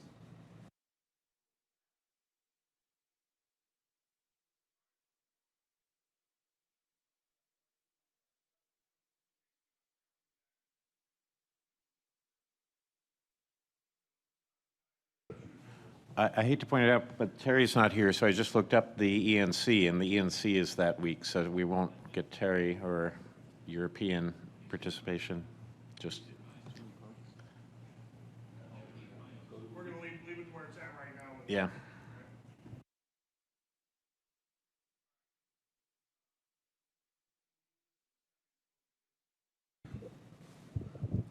I'm told I don't need a microphone sometimes. Use this as a stepping stone to take us where we need to go to finish up this morning. When I wrote the memo, I just took everybody's work back in January. I sat on myself in my office, and I pretty much came up with 3 themes and put everything we did into those 3 themes. Okay, it's probably a lot more rational, logical way to do it. So the next step would be, and I'm going to, when the memo goes out, I'm going to resend this because we still haven't gotten any reply back, and the NCO is still working on it, which gives you an idea of the bureaucratic headwinds we work against. But I think I heard the sense of the board here to focus the next meeting generally on the PTA framework. And the issue would be to fill that out with the stuff we've been talking about that fits in against that, high accuracy services and so forth, but do it against that framework and reaffirm, as I said earlier, the doctrinal approach. Any comments, thoughts on that? Mike? Yes, sir. I guess I would offer here, and I think Matt is already leaning into this, I think the idea of trying to do a bit of a comprehensive stock taking in terms of where is GPS today vis-a-vis the other systems in the world and the rest of that, because I think it's a twofold, kind of the earlier discussion. This group has been so close to this for so long, it has kind of come up with, here's the categories of improvements, but I do think to tee this up, it really has to create that, what's the casus belli here that you've got to take seriously? Yeah, I thought of that. I probably should have started with that was somewhat of a scene setter. Yeah. Our context. Yeah, exactly. Then we moved to PTA, Yeah. result of that, and organize what we're But- doing below that. Just as a general approach. Comments on that, Dana? Yes, sir, I like it. One thing on the, next to the last one, on the White House Summit thing, I don't think the White House Summit was the outcome that we were looking for. I think that we were looking for 2 outcomes there. One was improving the agility and focus of leadership with a single federal official responsible, and then the second is moving to an integrated, resilient national PNT architecture. So we might want to break those out as because the White House Summit was really kind of a means to an end, I think. Yeah, no, I get it. Yeah. This is looking backwards in the rearview mirror. Yeah, no, I was just showing you what happens when you leave me alone. well, we won't do that anymore. I'm trying to bring you all under the tent here. Right. And I agree with kind of the overarching theme, right? So what is if we have a sense of what the root cause is, that might be the opener. You know, the root cause is we don't have focus and leadership, and as a result of that, we need to do all these things which we recommend but are pending because yada yada. No, that I've got a. It actually led me into my next comment. Again, just personal philosophy or how I'm thinking about this. Advice is only as good as the framework, person, organizational structure that's prepared to receive it, understand it, potentially act upon it. And when you take that overarching kind of approach, like who are we advising, then you start to come up with answers like who really owns high accuracy service. And that would be part of the scene setting, part of that would move us forward. Because ultimately, and I talked about it at the opening here, whether it's policy position, authorization, appropriation, you know, everybody subscribes that this is good stuff. But when you pass the collection dish around, things get pretty hard on where you want to move this. And if we could come up with, in my view, trying to figure out the right way to say this without sound like we're trying to shame people, but I'm not sure I'm averse to that either, quite frankly. You know. Yeah. But we can work that moving forward. John? Yeah, I'm looking at the detailed wording in the third sub-recommendation, the last one under theme 1. And I'm suggesting that instead of we say interference detection and reporting, that we say interference detection and removal, because it's nice to know it's there, but you really have to remove it to have any effect. And then second of all, I wonder about the prescribing based on mobile wireless technology, because there seem to be some fundamental privacy issues and concerns there. And do we really want to limit our recommendation to that or leave it more general? Well, here's the issue. This is already of record. Oh, okay. It went out last January. These already went out? Okay, never mind Yeah. then. Okay. So I put it up as an example of what happens if I sit by myself and I do this. I'm trying to create a cause for action for you guys to, give me some feedback here. The NCO is still trying to put together a response back to us from a year ago to tell us what the position is and all that. So a lot of this stuff has been overtaken by events, or as you say, John, the new information and the briefings that we've had today. I've got no problem going back and saying, based on what we sent before, here's some changes, but that's just to inform you what we did last time, and I'd like to do it a lot better this next time. Jeff? I like the idea of proceeding more inductively, I guess is the way I put it. In other words, we've been articulating these conclusions for a long time in various formats to various people, and again, we're all familiar with the frustration that we feel because we don't get a direct response very quickly. That's why I thought the concept of having a meeting next time that really was focused on PTA, a meeting following that focused on the capabilities of other GNSSs, compelling evidence of where the differences are, where the shortfalls are, really making an evidentiary and empirically provable case that we need something more, is when you then follow that up with recommendations and you point to the evidence that supports those recommendations, it seems to me that it's impossible not to respond. I don't know whether that's consistent with what you're thinking about. It is, in fact, on the scene setter, I can't storyboard it because I'm just talking here, but the scene setting part, I would envision, that would involve the white paper that Matt's folks are working on as kind of the opening scene setter, which we're looking at how do we compare against everybody else. But, okay, so is it a paper exercise? No. I'm not putting it down. It's nothing wrong with a paper, but I'm trying to create a flow on how to manage the meeting.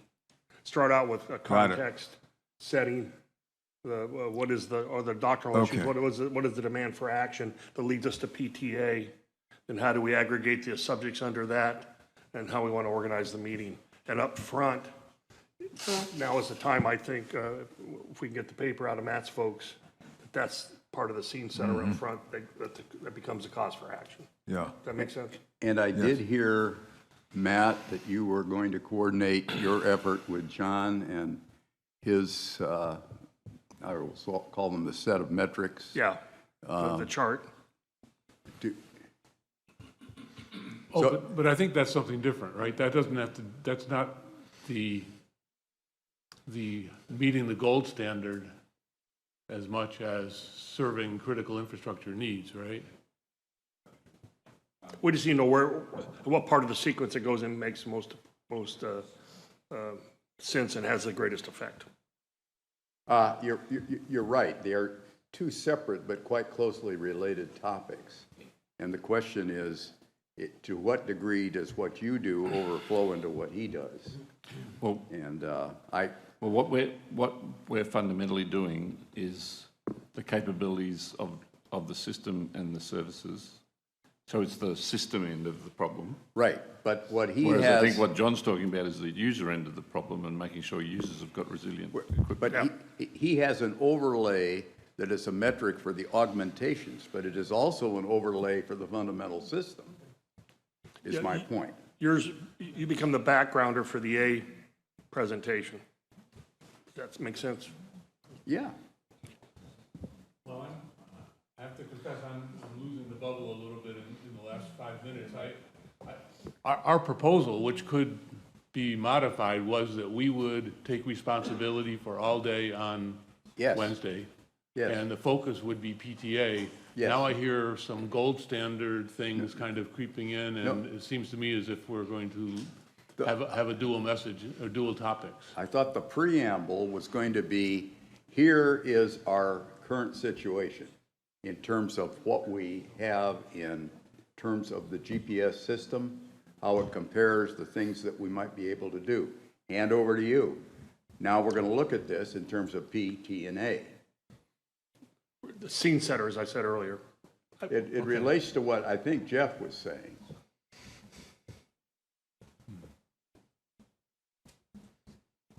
And then what I thought we said is at the next meeting, we're going to exclusively look at this whole issue. Is that what you said?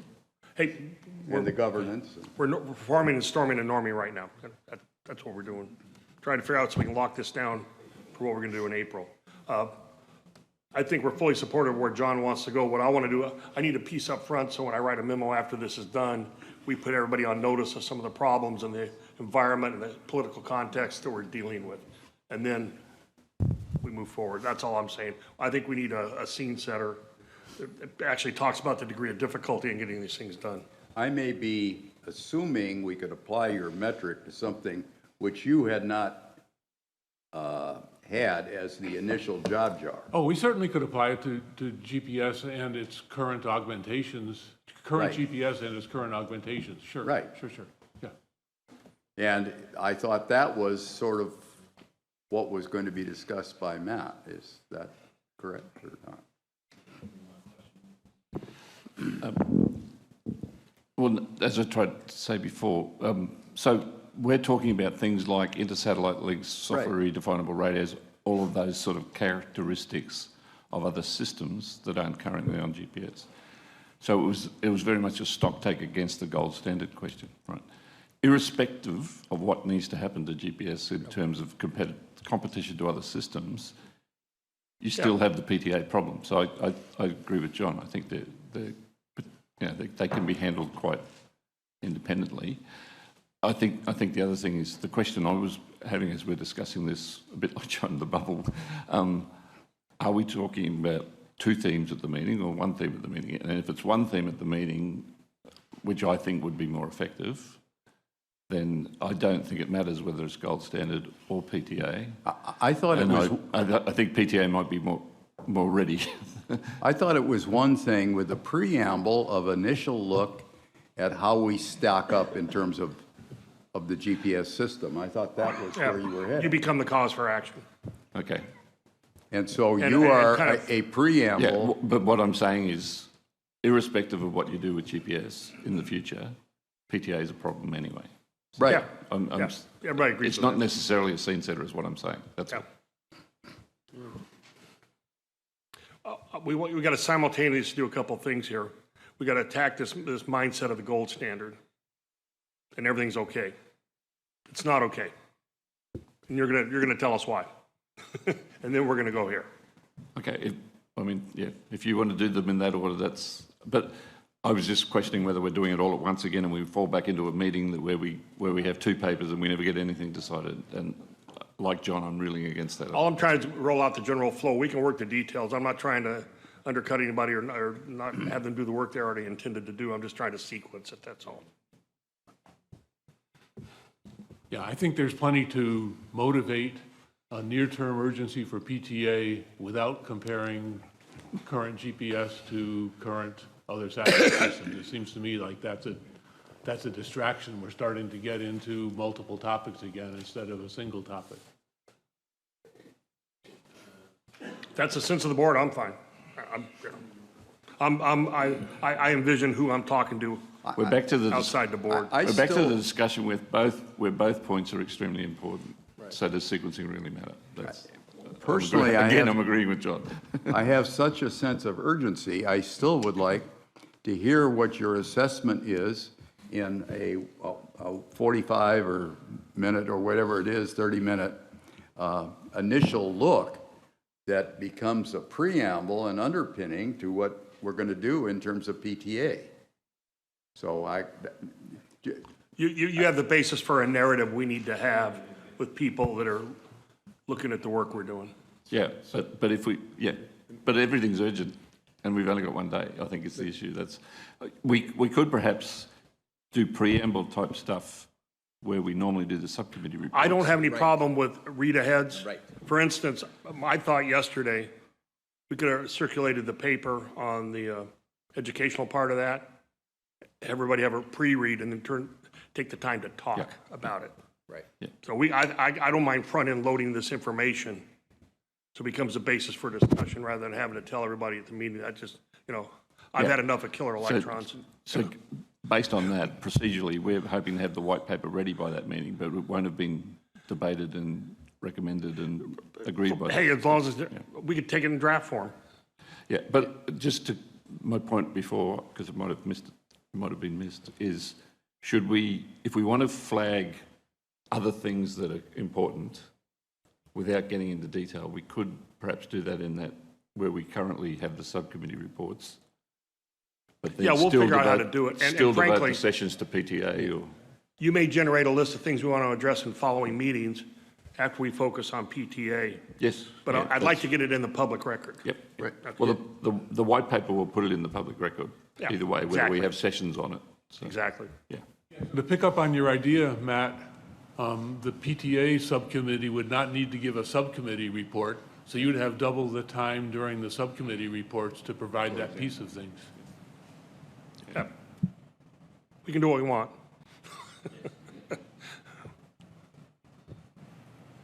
Could we just move this topic to the prep day? The gold- Sure, we can the gold figure out all the standard thing, mechanics. and I then, just want to make sure all the big pieces everybody's yeah, comfortable with. They're not completely unrelated issues, because part of his matrix should probably show that some of these other systems are already tougher.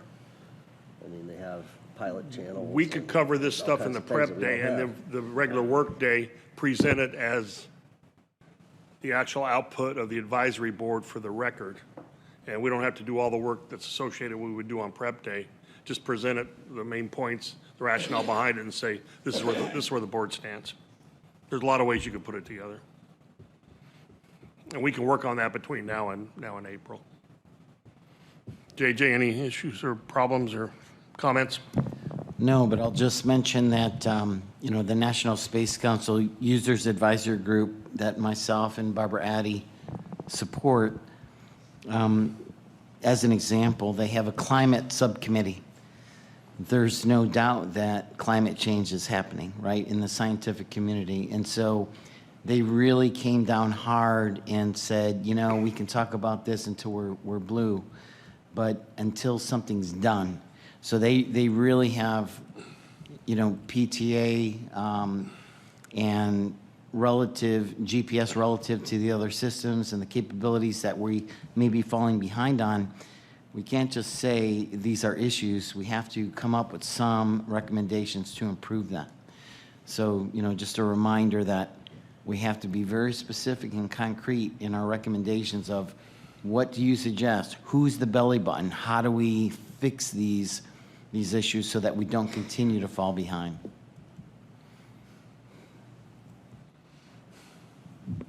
So, interesting, I appreciate that comment. So, for example, we have identified the fact that we would like a high accuracy and resilient service for GPS.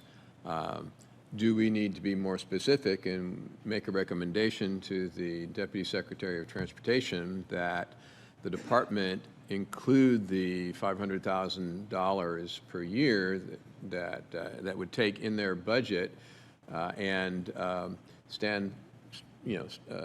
raise their hand to lead the effort and be responsible for the system? Is that the kind of well, so one, that's the kind of, seems like that's the kind of specificity you're calling for. And two, if it is, should we make that recommendation?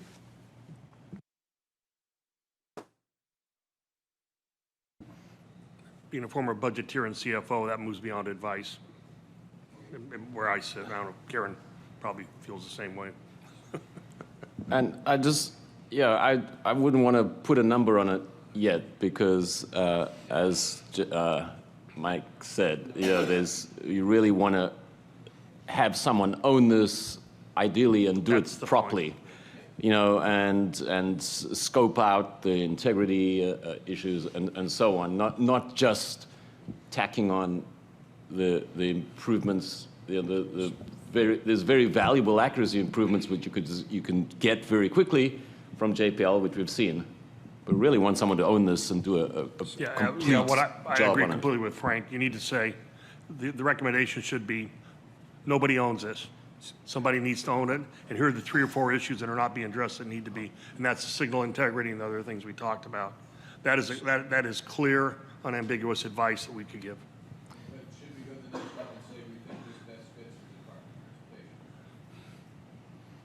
Well, could I offer a thought? We've had a lot of sidebar discussions. This is an example out of this PTA. To me, it's developing the menu of things that can and should be done, and do we really want to lean into what are these pragmatic, practical things? So I can see easily this discussion about high accuracy being one that says, given all the mandates and responsibilities assigned to the departments today, we believe the Department of Transportation should undertake a program definition for how it would operationalize this, not unlike what's happened with WAS, and to really strap this on with all the budgetary and alternatives, whether you contract it out, do you own it, and have that. That's the kind of thing that can get immediately translated into language over on the Hill with authorizing committees that say, go do it. And so trying to think through, as you're saying, No, I think you hit right between where Dana and Frank were at, and that's kind of where I would head. Yeah, and spec it out. Yeah, exactly. Yeah. And then there'll be other ones, and I talked a little bit with John. I think those are the things. There's so many of these that are just so ripe. It's just a matter of saying, what is the next logical step that could really accelerate this? And saying it's $100,000, not the right way to do that, my estimation. But that could be the menu then that would be really punchy and hard-hitting, and things could be done in a variety of places. This is probably not going to be a helpful comment, but from my experience at DOT, there is a cultural issue in the executive branch, and maybe it's in the legislative branch too to some extent, and that is that the subject matter just isn't getting the attention that it needs. I mean, it's hard to put it in any other way. And what we're seeing, what I learned from my little research about what's going on in aviation right now is that you're beginning to see the confluence of a lot of activity, more so than we've seen before. It's always been around, little pockets of activity here and there, but it's coming together in a more coherent way for the aviation sector. That's why you're seeing all these international organizations basically saying the same thing. Federal government, I'm sure there are pockets of activity around, and we celebrate them, and we thank heavens that there are heroes that keep the flame alive, but we haven't really caught the imagination of the White House in a serious way. I don't think there's a center of gravity in Congress. There are committees that are responsible for it, and they do some good things every now and then. But this advisory board, by continuing to hammer in the way we do, if we do it in an intelligent way, can really contribute to that cultural change, I think, that makes a difference. Yeah. But I don't think we can't pretend that it's going to happen quickly, and we can't pretend it's going to happen because we suggest this add-on or that add-on or this improvement or that. That's exactly right, and that's the reason I think we need a narrative and some substantive base to say we're only meeting the pewter standard. That'll get somebody's attention that doesn't understand this. We're only bronze. I'll just remind some people around the table that were here when Dr. Schlesinger was the chair. Of course, Dr. Parkinson being a founding member. Water on a rock is how he described our work. Water on a rock. What does that mean? It takes a lot of water to erode a rock. You keep dripping until you break that rock. What I'm trying to say here, folks, let me be a little bit more pragmatic about this. I'm not unskilled and inexperienced in working complex things through this government. And the stuff I'm asking about is filling out my arsenal. Not Manchester City, but Arsenal. If you got that. Arsenal's my team. but giving me the means to have that higher level discussion. And while it may not seem like there's the link the way we would think about it between what Matt is doing and what John is proposing, it allows me to create a coherent, integrated narrative that they should pull the alarm, which gets back to Jeff's point. Maybe I'm just trying to say it another way here. And I'm willing to do that. Yeah, which I totally agree is needed. Yeah. And I'm willing to actually write something on it and publish it in advance of it too. I've done that before. Brad and I have published things before. And we actually talked about me doing a follow-on article to the 50th, stuff that he wrote, The Lonely Halls, right? And maybe I can write The Empty Staircase or something, you know. And I'm willing to do that. I'm retired, my pension's assured. I just need to, you know, make sure we're all kind of moving the same way together. So why don't we do? I'm just wondering out loud whether the Space Council, General Lyles, with his visibility and altitude above ours, whether we could somehow enlist him. He's well familiar with GPS and its issues. He's got a background that is the right background, and somehow get this to become a celebrated cause of his. I'm trying to think of how to get it up to visibility. I just talked, you and I had already talked about this. I am prepared to move ahead and write the paper that basically shapes the battle space here. I'm ready to do that. So I noticed that General Lyles had a national security subcommittee on his group.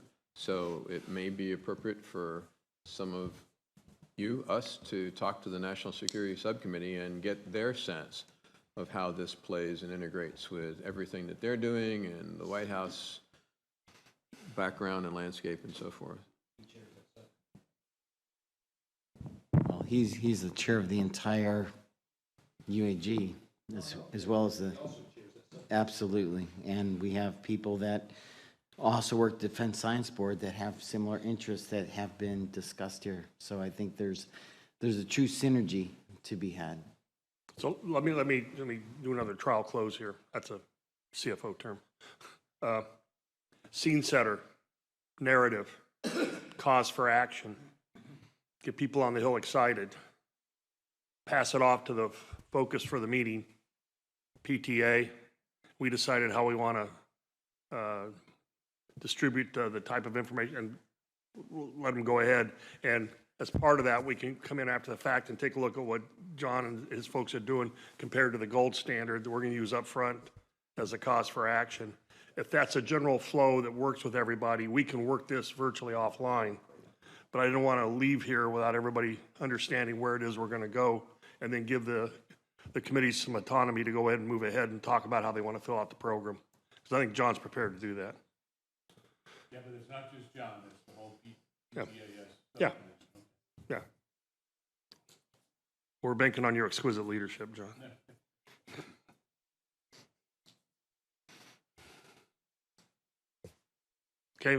Okay, that's and we'll figure out all the words associated with that. And then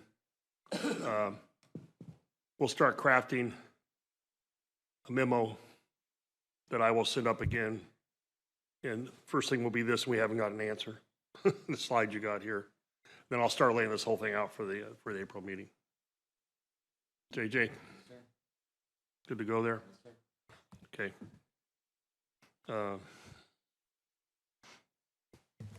What does everybody else want to talk about?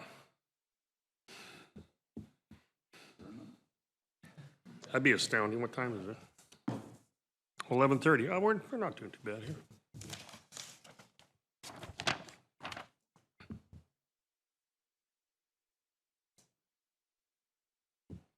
Yeah, we're 27 minutes early. Can I just clarify what we expect the next meeting? Would we still have this sort of the second session being status of GPS and those sort of update things, and then the last two sessions would be our themed session, which in the next meeting's case would be PTA. That's where we're going. Sequence. White paper, your group does. Presentation at the prep day. Acceptance by the board, we move forward. We can do that publicly so we have an output, things that they can report. that's part of the scene setter and the narrative to deal with the political side of this. Then the program, as we've all talked about, will be structured around PTA. Yeah, so Then ultimately, I'd like this to trail on into the following fall and the preps for either a second administration or a new administration. That's my arc, if you will. So I really liked the idea the other day about having a docket, so if people want to tell us things, they could just put it in the docket, become public. We don't have to endorse it. We could use the docket to, if some of the subcommittees wanted to select people to come and talk to us. I really like Matt's comment yesterday. To me, that seemed like the most effective presentations were the ones that we gave to each other, as opposed to the ones that people from outside who didn't know what we were really interested in gave to us. Yeah, I got no problem with that. What I need to figure out is, we have to go back to the lawyers and everything else in Title V. Can we put out as part of the Federal Register notice of the meeting that we are going to establish a docket for submissions? Right.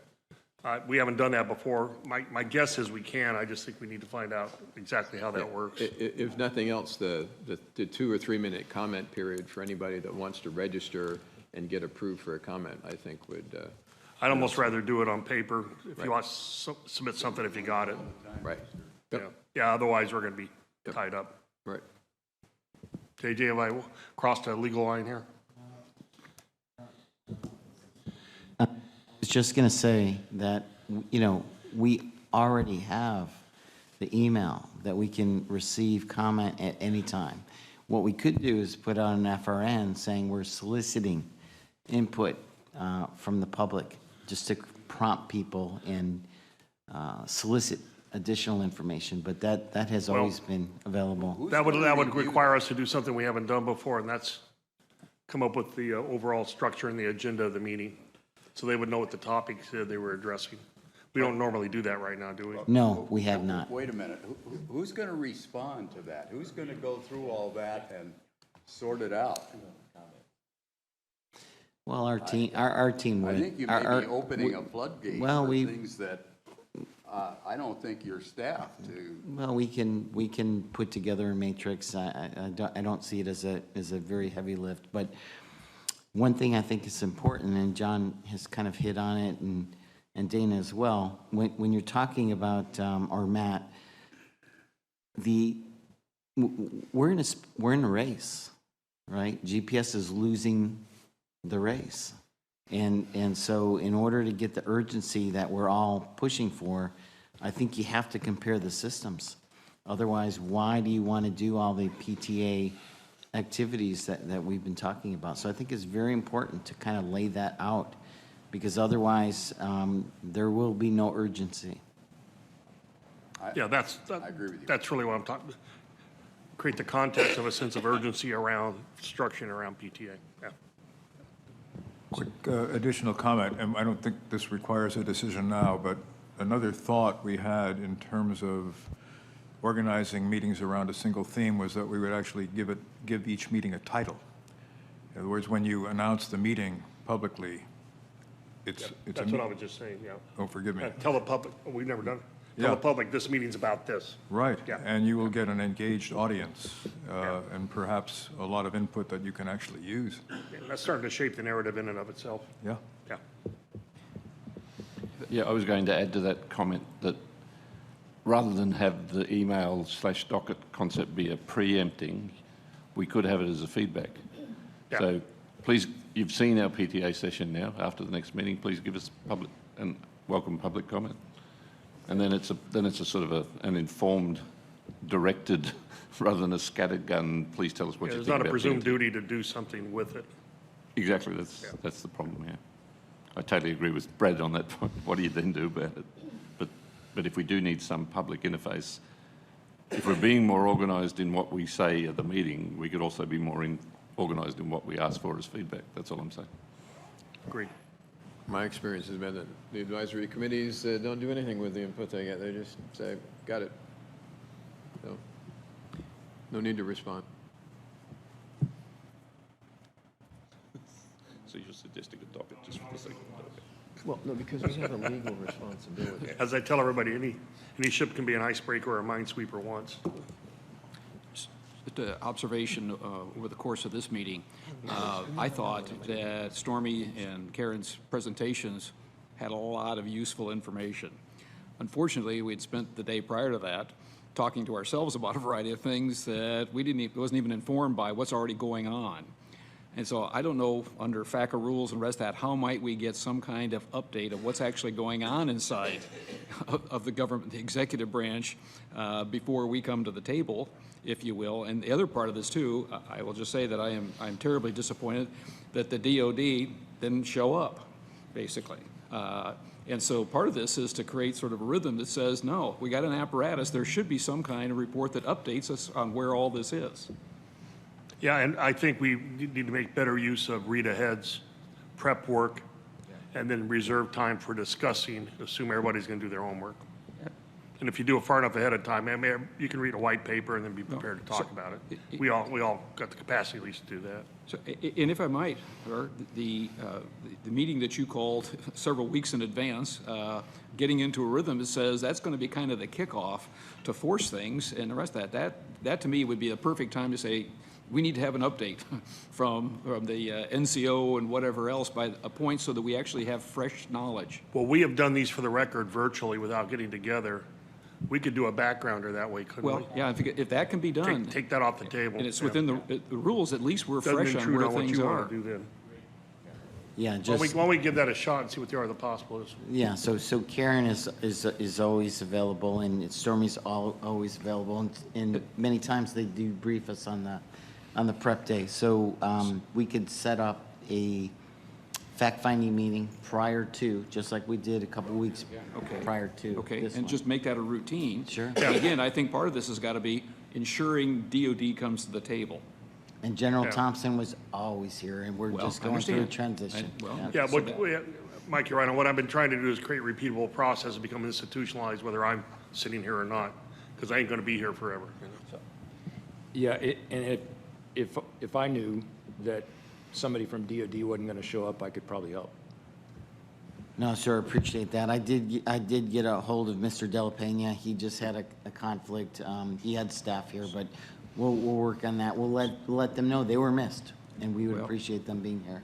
But what I would suggest, that's a great example of what you'd love to hear what program office and PEO has to say about things, but that is not necessarily where the issues are that we've got to come to grips with. And And in past meetings before you folks joined, we've had them come in and brief us.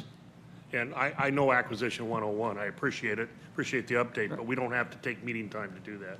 Right. And so again, I think something, we've talked a little bit about this in SPG, and that is there is an apparatus that's been put in place. We just know that it's not being taken seriously. So part of this is forcing the in-place apparatus to come and talk about defense and civil and the rest and give us some updates. Great comments, Mike. Thanks. Matt? Yeah, just on that, I You think have to come to the next meeting. Every time the light goes on, I'm thinking he's getting cold feet. No. The point about the prep meeting and having, for example, the status update on the system from Space Force, I think we still need that to go on and be available as slides and in the public record, because there are a lot of people I know from Australia who look at this as where do I go for the official word on where GPS is up to? Absolutely agree. GPS.gov. Absolutely agree. On the record, discoverable, yeah. And justification for your travel.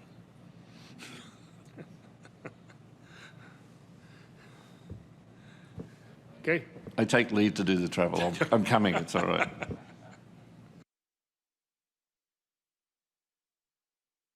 Okay, folks, thanks. I know there's ups and downs when we do this. I'm still getting over the killer electrons myself. I had nightmares about it last night. We're getting better. Some more conversation going on, lively sidebars. People are creating pre-need relationships. That's what all this stuff's about, where you get that's the reason you want to be in these things, other than what the rules say you need to do at the meetings. It's establishing these relationships and moving forward. So I thank you for that. Brad, any closing comments? No, thanks for chairing us. JD? No, thank you, sir. All right, so here we go. Believe it will.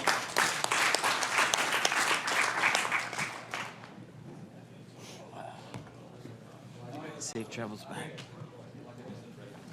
Good? Safe Oh, travels thank back, you. yeah. Good to see you. You too.